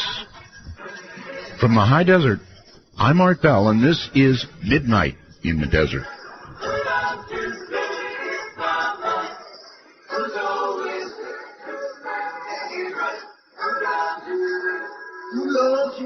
Baby. It's not radio, but it is what's next, exclusively on the Dark Matter Digital Network, Midnight in the Desert, with Art Bell. Now, here's Art. Here I am. All right, we've got something odd going on, and boy, you would expect that during a show like this, wouldn't you? Really odd. Nobody can call in. You're getting a busy signal. I just tested it myself. So something's up with the phone system that I suspect is related to the internet problem. I am getting Skype calls by the dozens, so no problem there. You can get hold of us using Skype at MITD51 for North America and MITD55 for the rest of the world, but none of your calls are coming in. So we're going to have to probably deal just with Skype. I understand it would be very, very busy. My goodness. Between what we're talking about tonight, between that and everything else that's going on, it's just a total mind blower. This entire program is a mind blower. Professor, welcome back. Oh, thank you. I'm going to put a few on the air with you from Skype, if that's okay. I mean, obviously people are going to have a lot of questions about this. Larry, you're on the air. Hello, Art. How are you? You're listening to the show, right? Yeah, and I'm feeling the way you are. Yeah. But, Mr. Jacobs, my question is... Professor Jacobs, actually. I'm sorry, Professor Jacobs.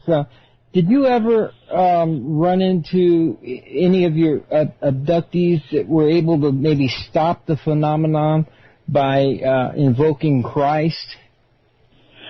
No, that question comes up every once in a while.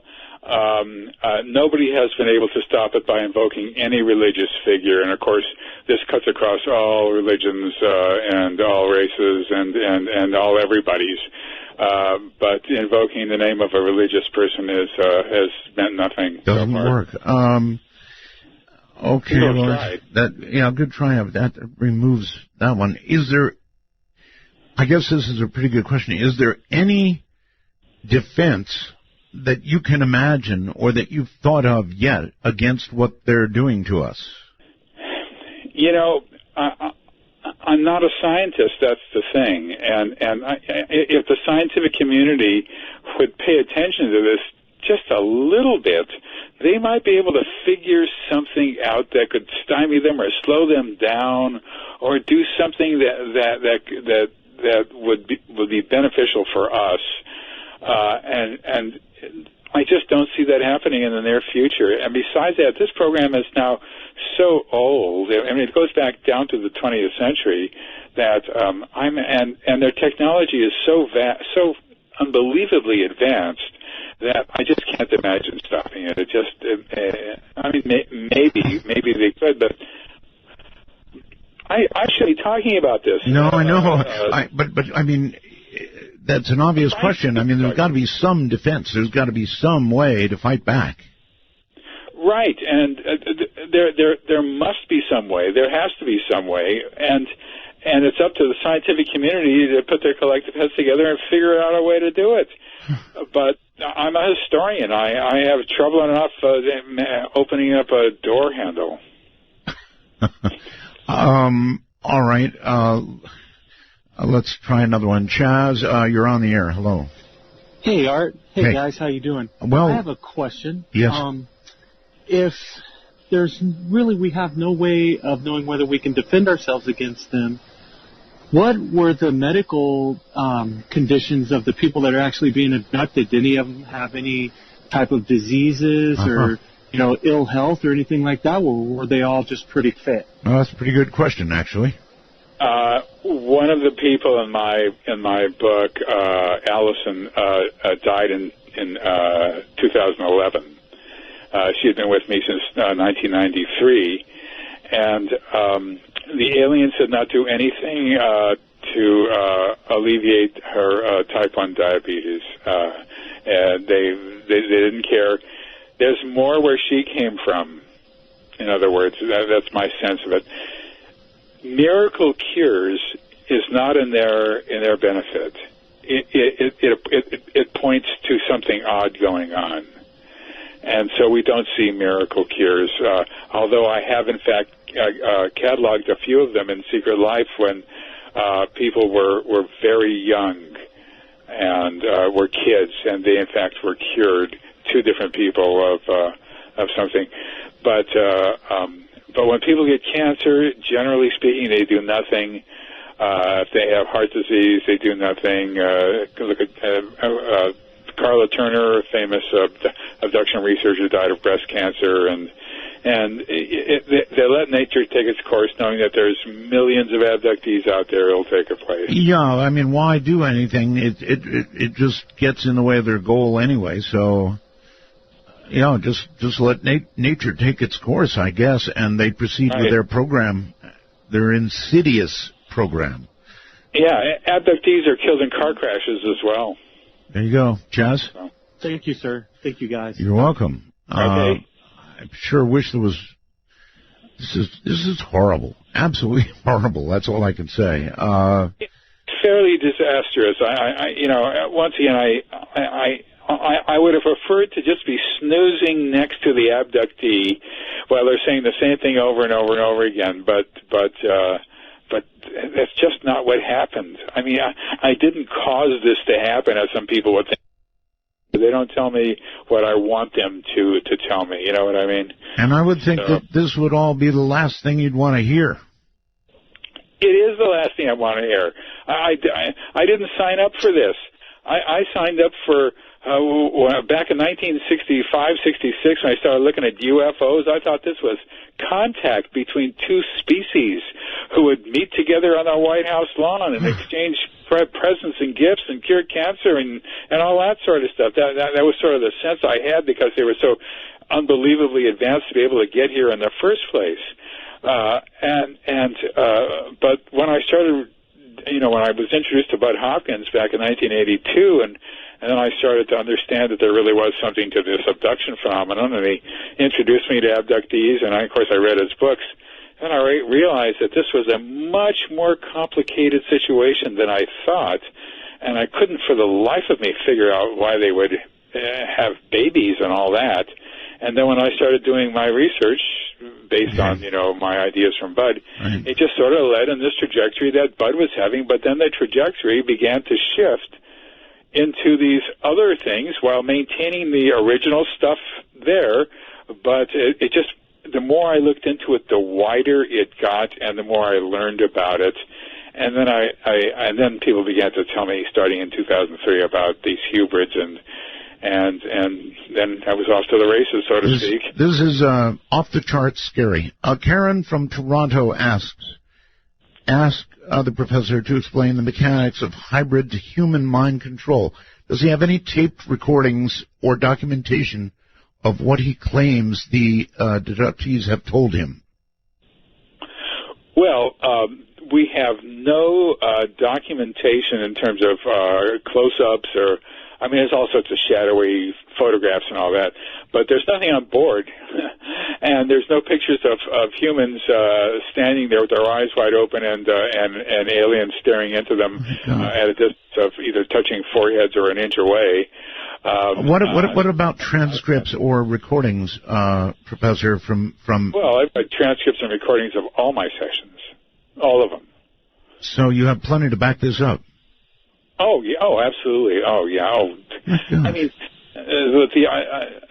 with the abduction phenomenon, you can't remember what a person said. You have to record everything, and then you can't listen to, in those days, cassette tapes. You can't listen to any tape. You have to sit there for another 3 hours listening to something you already spent 3 hours listening to. Mm-hmm. You have to have it transcribed, and then you can read through it and look at the certain points that you're looking for and so forth. However, the reports, I'm the one who sort of discovered this neurological basis way early on, and I put it in 1990 in Secret Life. And the only way that I could think of what they were actually doing was they were, when I asked the person, well, when he's staring at you like that, mm-hmm. Can you close your eyes? Can you avert your eyes? Can you do whatever? And they said no, they're just looking straight ahead. And then I realized that the only nerve that is accessible from the outside, that is viewable essentially, is the optic nerve, and you can see it in the back of the eye. And my guess is, and this is I'm not a physician, but my guess is that they're hooking into the optic nerve and then using it as a conduit to go to any other neurological sites in the brain, and they can energize anything they want. They can add stuff, detract stuff. They can put images in. They can do all sorts of things. For example, here is something that was played out in a woman's mind. Now, the phenomenon is amazingly mundane. For example, she sees in her mind's eye now. I can't absolutely say it was a mind. She thinks it might have been in a screen or it might have been in her mind, but this is typical mind stuff. She sees a woman who is walking down a sidewalk in some setting. There's a nice setting in a town, and she stops at a bus stop, and it's a sheltered bus stop, and she sits down in the bus stop. Yes. There's another woman sitting next to her. The bus pulls up. The other woman gets in, and then she gets in, and she takes her money out of her purse, and she puts it in the bus stop money place, and she walks to the end of the bus or wherever, and she sits down. That's the end of the movie. Immediately, an alien turns to her and says, "What did she do wrong?" So the woman says, "Well, she looked pretty good to me. Everything was fine. She looked a little, maybe too nervous or something, but other than that, everything looked fine, you know." That's the level of learning that's going on here. And who would think of an image of a drama like that? How many Hollywood producers would have that as something that they could sell to a major movie company to capitalize on this drama? Here's another one.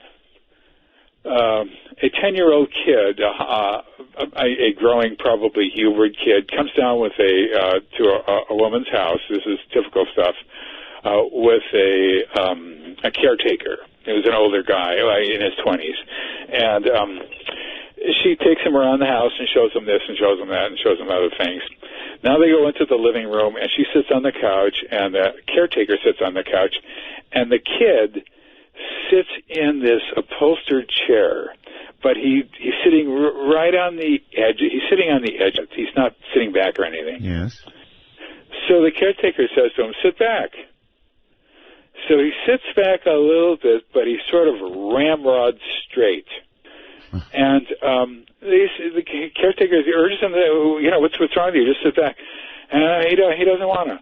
And then the abductee realizes what's going on, and she says, no, you're not going to fall through the back of it. It's got a backing inside the upholstery, inside the covers, and you won't fall through. So he gets up and he walks around to the back of the chair, and he feels the back of the chair. He says, oh, I see. Okay, yeah. And then he gets back on the chair, and he slowly slides back, and then he slowly hits the back, and it's okay. So a teaching moment. All right. But it's so mundane. It's so off the wall. Yeah, it is. So who would think of something like that? And I have account after account by person after person of things like that going on. It's just astounding. I should let people ask questions. Jaroslav, I believe it is, outside the country somewhere. Hello. Hello. Hi there. Where are you? I'm in Poland. Poland. Okay. Great. Gosh. Yes. So what do you think about all this? You've been listening tonight, right? Yes, I am. And? I have a question. How can you know for sure that it is actually bad for human race? I mean, it could be good for human race, maybe just another step of development of human race, because we already are a product of ET genetic manipulation, as far as I know. What a question. Well, I don't know if we're a product of genetic manipulation as opposed to genetic change that happens over the millions of years, but any group that can control another group will go ahead and control the group for their own benefit.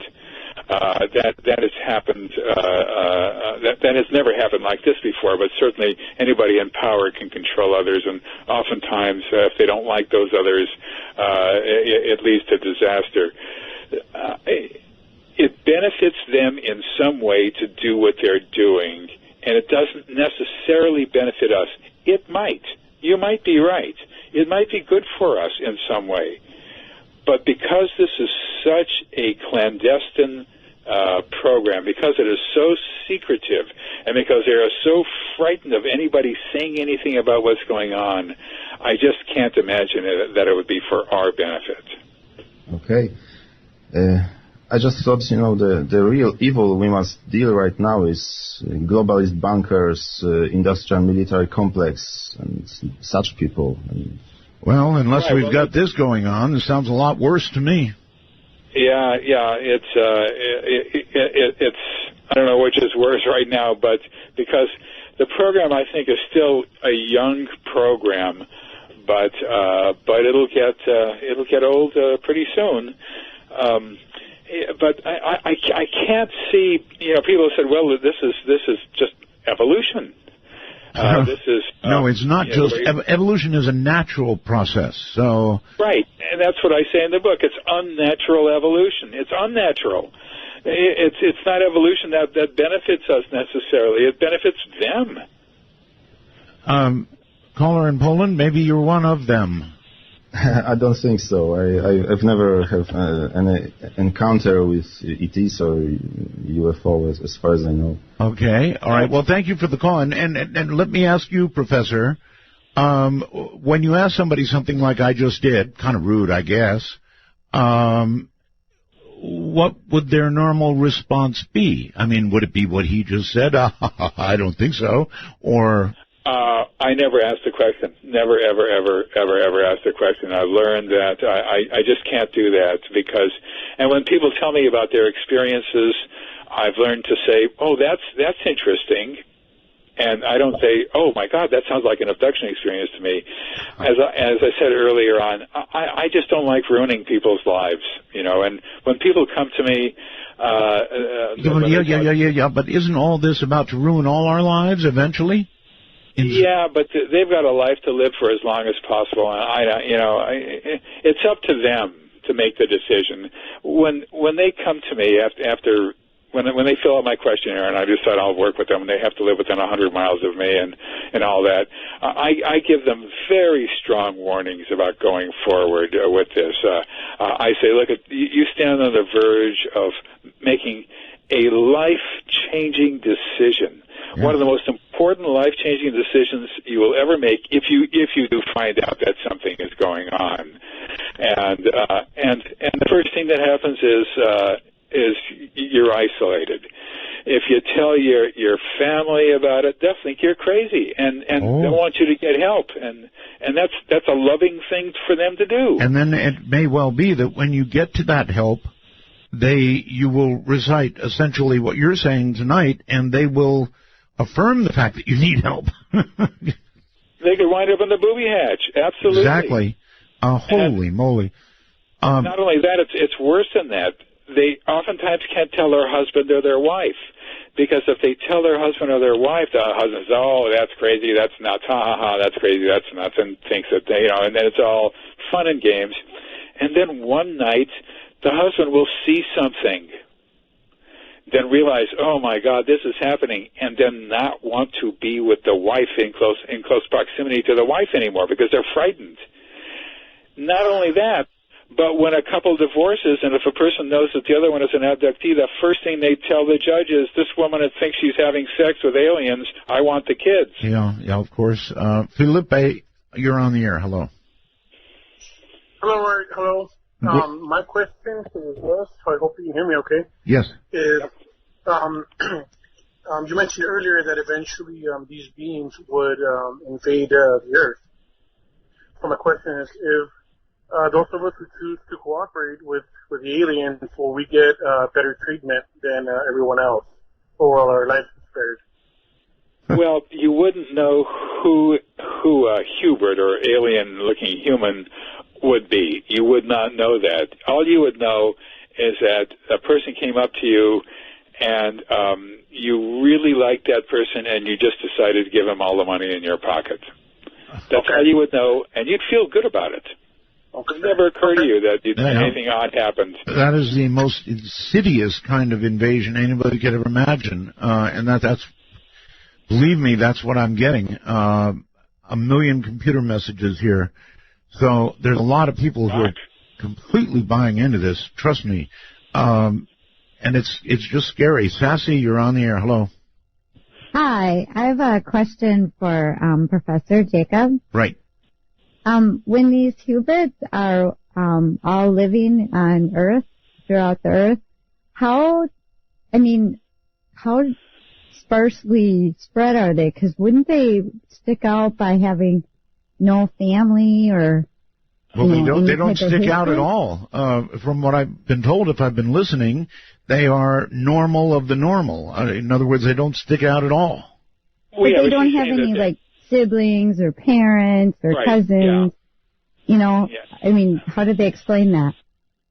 Yeah, that has not come up so far, and I don't know how they explain that. I do know that they're moving in very young, between the ages of around 17 and 23, and they're moving in small groups, 2s, 3s, and 4s, into apartments. Wow. Having said that, there are what I call independent hybrids who move in alone into apartments. They have to learn about what a family is. You got to remember, they have no mother or father that they know of. They have no siblings that they know of. They don't know how old they are. They don't know about aunts and uncles and cousins, and they don't know if they do know, they don't know what part they have in a family. They don't know any of. They learn all that from abductees, and if they say, they could probably eventually learn to say something. Well, I'm an orphan, and I was raised in an orphan asylum until I was older, or something like that. I'm sure that they'll figure out something to say that the abductees will tell them what to say if that ever comes up.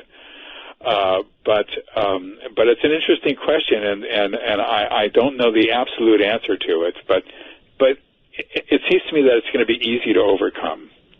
I'm not sure any of this is going to be easy to overcome.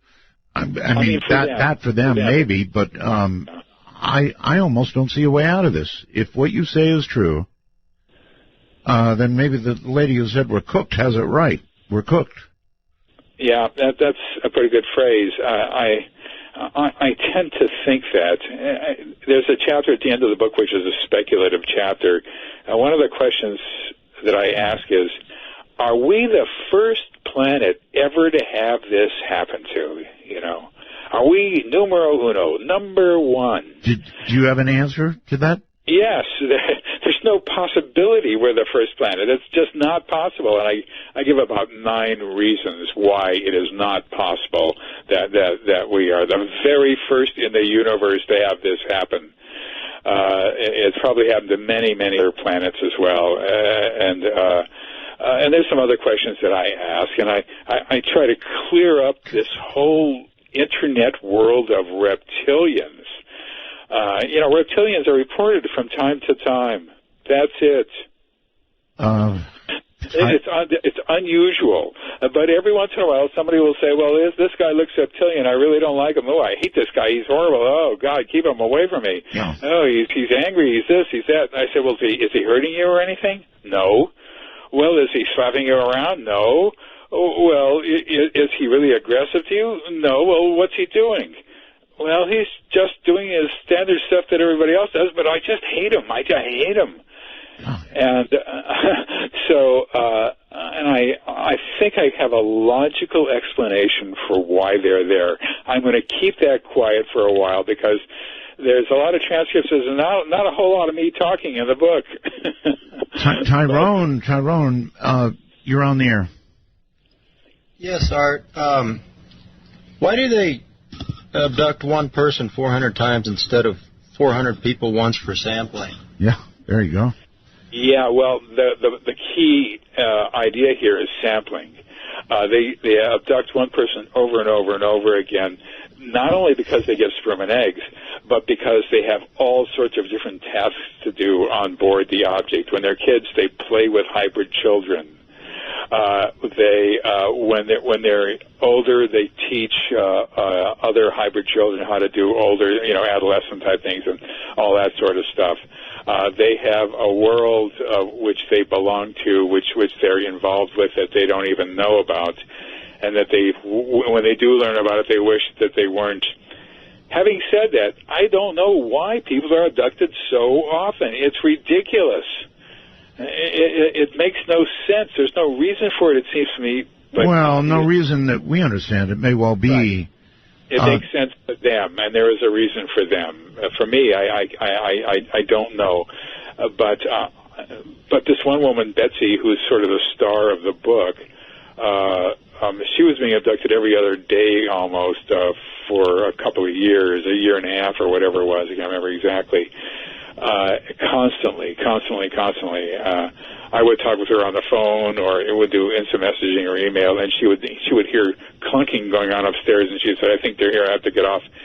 And we would do a session on what happened the night before, and sure enough, and this is a really wonderful person. Her life and her husband's and children revolved around the church, and she wasn't a person who was making up stories to lie to me and all the rest of that stuff. And I've known her since 1999. I'm still in contact with her. In fact, I was in contact with her just the day before yesterday. All right, Tyrone, anything else? No, that's about it for now, but I appreciate the answer, Dr. Jacobs. Right, thank you very much. I wish I could give you a fully developed answer to why they're abducted over and over again over the course of a year, but I can't. Can you give us a fairly fully developed answer to this question? Professor, what you're saying tonight is so uber that it really has to be asked. How honestly sure are you of what you're telling us tonight? Well, having done abduction research since 1986 by myself, that is to say with hypnosis, and having heard people say things that are not true, yes, and having people confabulate like crazy at this, that, and the other thing, and learning that when somebody says something for the first time, you can't, it's not evidence, you gotta avoid other people. Right. And knowing some of these people for long periods of time, and knowing their families and this and that, I'm fairly certain that this is true. It's as certain as you can get with humans, you know what I mean? Unless you're actually looking in their window as a peeping Tom and watching them being abducted. All right, Professor. Some are born and some are dying. It's Alpha and Omega's kingdom come. Want to take a ride? From the high desert and the great American Southwest, this is Midnight in the Desert, exclusively on the Dark Matter Digital Network. To call the show, dial 1-952. Art. That's 1-952-225-5278. The hairs on my arm are doing a pretty good job of standing up tonight. Anyway, this is really, really scary stuff. Professor, welcome back. Well, thanks for continuing to have me on. I'm not exactly the bearer of glad tidings. Not even close. Not even close. I don't know. Let's go here. Johnny, you're on the air, I guess. Where are you? Hi, Art. Good evening to you, Dr. Jacob. I'm Johnny Webb in London. A couple of questions I want to ask you over what's been said this evening. To answer the question about Jesus intervening, there was a testimony of a MUFON investigator terminating abduction as a life pattern by Joseph Jordan, and he says there's many cases out there where people have called on Jesus and apparently fallen back down on their beds.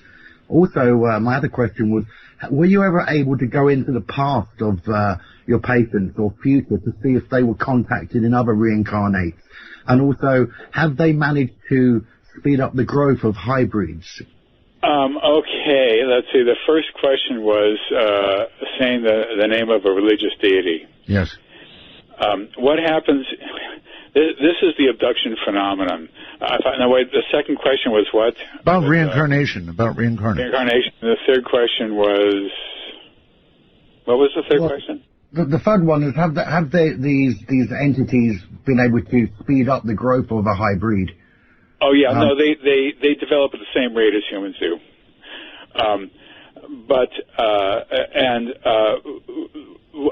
In terms of reincarnation, there's been no work done on that, and so it doesn't seem to have anything to do with the abduction phenomenon. But the question is religious incantation. Here's what happens, and this is a story of the problems of people who don't know how to do abduction research. They say, I said the name of Jesus, they were there, they left the room, and I fell back on the bed, and I stopped the abduction. Yeah, I've heard that. They tell me they were coming in, and I threw a pillow at them. I saw them coming in. They were inside the house. I threw a pillow at them, and then they got out of there, and I stopped the abduction. They tell me things like that. What they're saying is they were abducted. This happened, that happened, this happened, that happened, that happened, this on and on. They came back to their bedrooms, let's just say, or their car, or their backyard, or whatever it is, and they sort of came to, they got back into their normal memory a little too soon, and the aliens were still there. So they picked up something at threw at them, and they aborted the abduction. They weren't abducted. See what I mean? They came to a little too soon. They came out of the trance or whatever the heck they were in on board the object, so that they, to be controlled. And that's what happens. No one has ever stopped an abduction by themselves. I have one other case when a person was about to be abducted and the phone rang, and she was startled enough to answer the phone. It interrupted. That's the only case out of 1,150 that I've ever seen where there might have had an abduction aborted. Maybe. Johnny? Well, in your book, The Threat, I remember you talking about, whilst being under a hypnotic regression, that there was another entity in the room, and they were conscious of you being in that spirit at time. Do you know what I mean? There was another person in the room, and they were conscious of me? Yeah, so whether it was, one of the abductees, but there was an entity in the room, and they were conscious of you being, in this present time, hypnotizing your patient, but the patient was letting you know that there's someone in the room with them who knows you're doing what you're doing. Yes, that does happen, and the answer to that is, don't do that. Stop doing that. You are not to do that. You are hurting us. That this gets them very, very upset, very excited, because it is, in fact, a breach of their secrecy program. I was saying earlier that this one woman had violence directed towards her in a very strange way. Ultimately, they couldn't stop her from seeing me, so what they tried to do was to find out where I was and maybe get me to stop seeing her. That's going to be the subject of a book of mine sometime when I'm about 109 years old. But needless to say, they never did get to me. I don't think they never got to me. But there's a story involved in why they didn't get to me also. So it sounds like we have several shows to do, Professor. Marion, hello there. You're on the air. Where are you, please? Hi, Art. I'm in Romania, Bucharest, Romania. Romania. Yeah. Okay. Do you have a question? Yes. The question is, what if the professor is a defector of theirs? Actually, not such a crazy question in a way, Professor. If I'm a defector? Yeah, if you're in essence a defector of theirs. I mean, who, me? You. Nothing strange has ever happened to me in my life, and I can remember all aspects of it, or some aspects of it, for the last 5 or 6 years. No, I can remember when I was a baby, when I was a little boy, and I've got pictures of me all the way through, and my mother was not an abductee, my father was not an abductee, and that's what determines it. If your mother or your father was an abductee, the chances are extremely high that you will be an abductee. But you can't be a defector. You can't get away. Most people, 95%, that's a guess, but it's probably a good guess, 95% of abductees around the world do not know that they're abductees.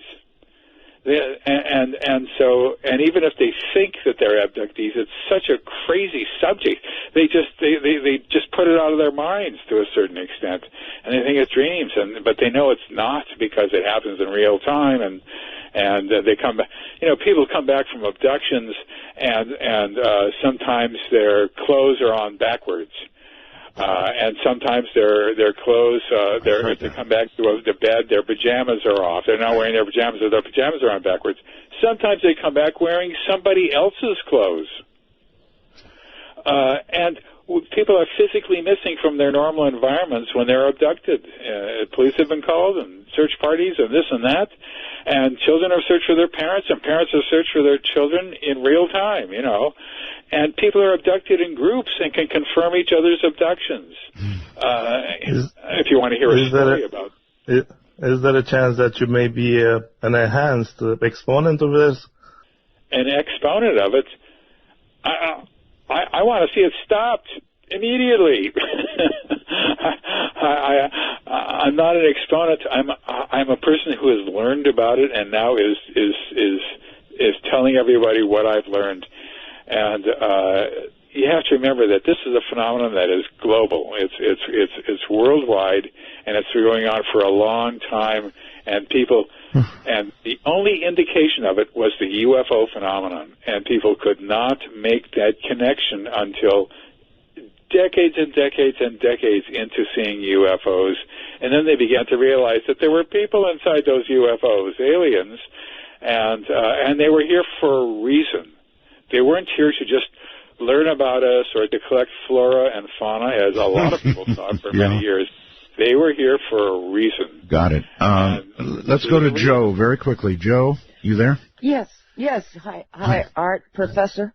Second-time caller, Joe, San Diego County. Okay. Talking about the procreation, going back to how you're saying that these aliens procreated, that harkens back to the Middle Ages, at the 17th century, when the witch burnings and the huntings, Reverend Montague Summers and the Malleus Maleficarum stated that demons would come first as a woman to seduce a human male, and the semen would be used to not only fertilize for the demon, but then the leftover she would transform into an incubus, and therefore would seduce a woman again. And each time there would be DNA from the demons mixed in with the humans and passed on. And so it sounds so similar that maybe they've been doing this since the 17th century. Could that be possible? Probably not. And the reason is because we would probably know about it in some way, in people's diaries, in stories written, in other ways that we would be able to keep track of it. But in fact, now there's a huge flaw in what I'm saying, because in the 1920s, we know what was happening in the 1920s and the 1930s, and nobody said anything. So that may be wrong. But at the same time, we have been able to trace it back to the last quarter of the 19th century, and after that, we completely lose sight of it. And we also lose sight of airships. For example, in 1896 and 1897, there was a mystery airship wave, which was very strange indeed. A lot of people think it was folklore, but it didn't seem like folklore. Then in 1909, there were airship waves in the New England area. Then there was really not much that people reported. That's a critical event, until World War II. And then there was the Foo Fighters in World War II. And right after World War II, then there was the Ghost Rockets in 1946, and then the major waves of UFO sightings that people began to report in 1947. So there is a sort of trail that we can go through looking at this thing. But when you get past the mid-19th century, let's just say, it really drops off the cliff, and you're going to get similarities here and there in literature and in art and this and that. But you can't put a whole lot of trust in those. All right, Joe and Professor, hold on for a second. Lance says this, Art, This is the only coherent explanation of the whole alien visitation business that I've ever heard. The pieces have always been there, but Dr. Jacobs has connected the dots. If that's true, I'm scared too. Is that how you feel, Joe? No, actually, because, I don't feel scared. I don't feel like inciting panic or anything, but I feel this has been going on for a lot longer than, And it doesn't scare you? It doesn't scare you? I'm not going to live my life like that. I'm a cancer survivor, man. I am. No, you got to live your life. I'm with you there. I'm living my life, but I'm not going to be scared of that until I am face to face. Well, okay, Joe, but you may be face to face and not even know it. Right, Doctor? That is, if you asked me that just a few years back, I would have said, no, you're not right at all. But now I have to say, yeah, you're right. It's going to take me a while. We're coming toward the end of the show. We're not there yet, but close. I've got to digest all of this, Professor, and then I think we've got to do another program. Are you up for that? Not tonight. No, not tonight. I know. Not tonight. But I mean... sure, if you want, but I'm going to...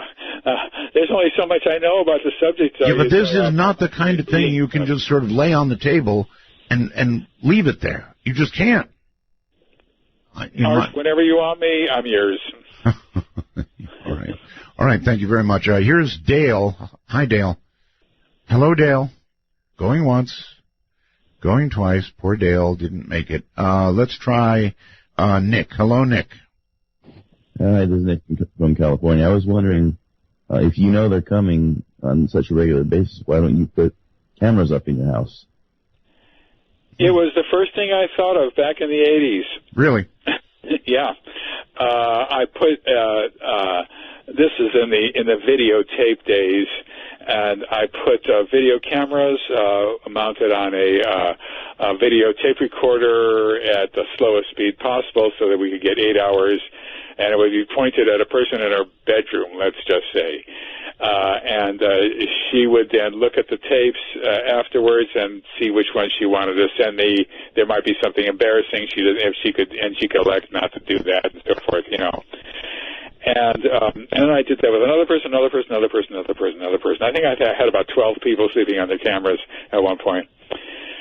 What we got was a person getting up in the middle of the night, walking over to the camera, the VCR, and turning it off.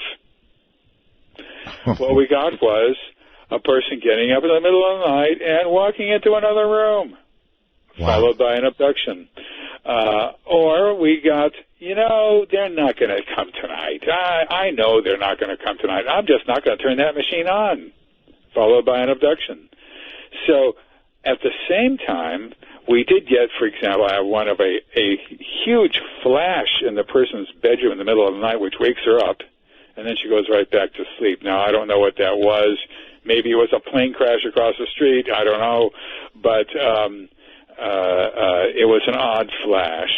And then I have a long sequence where a woman goes upstairs. This is a long story, so I won't tell it, but it goes up and her two kids were sleeping in her bed. She takes one kid out and puts it in the bedroom. She comes back and she takes the other kid out, puts it in the kid's bedroom. Then she I'm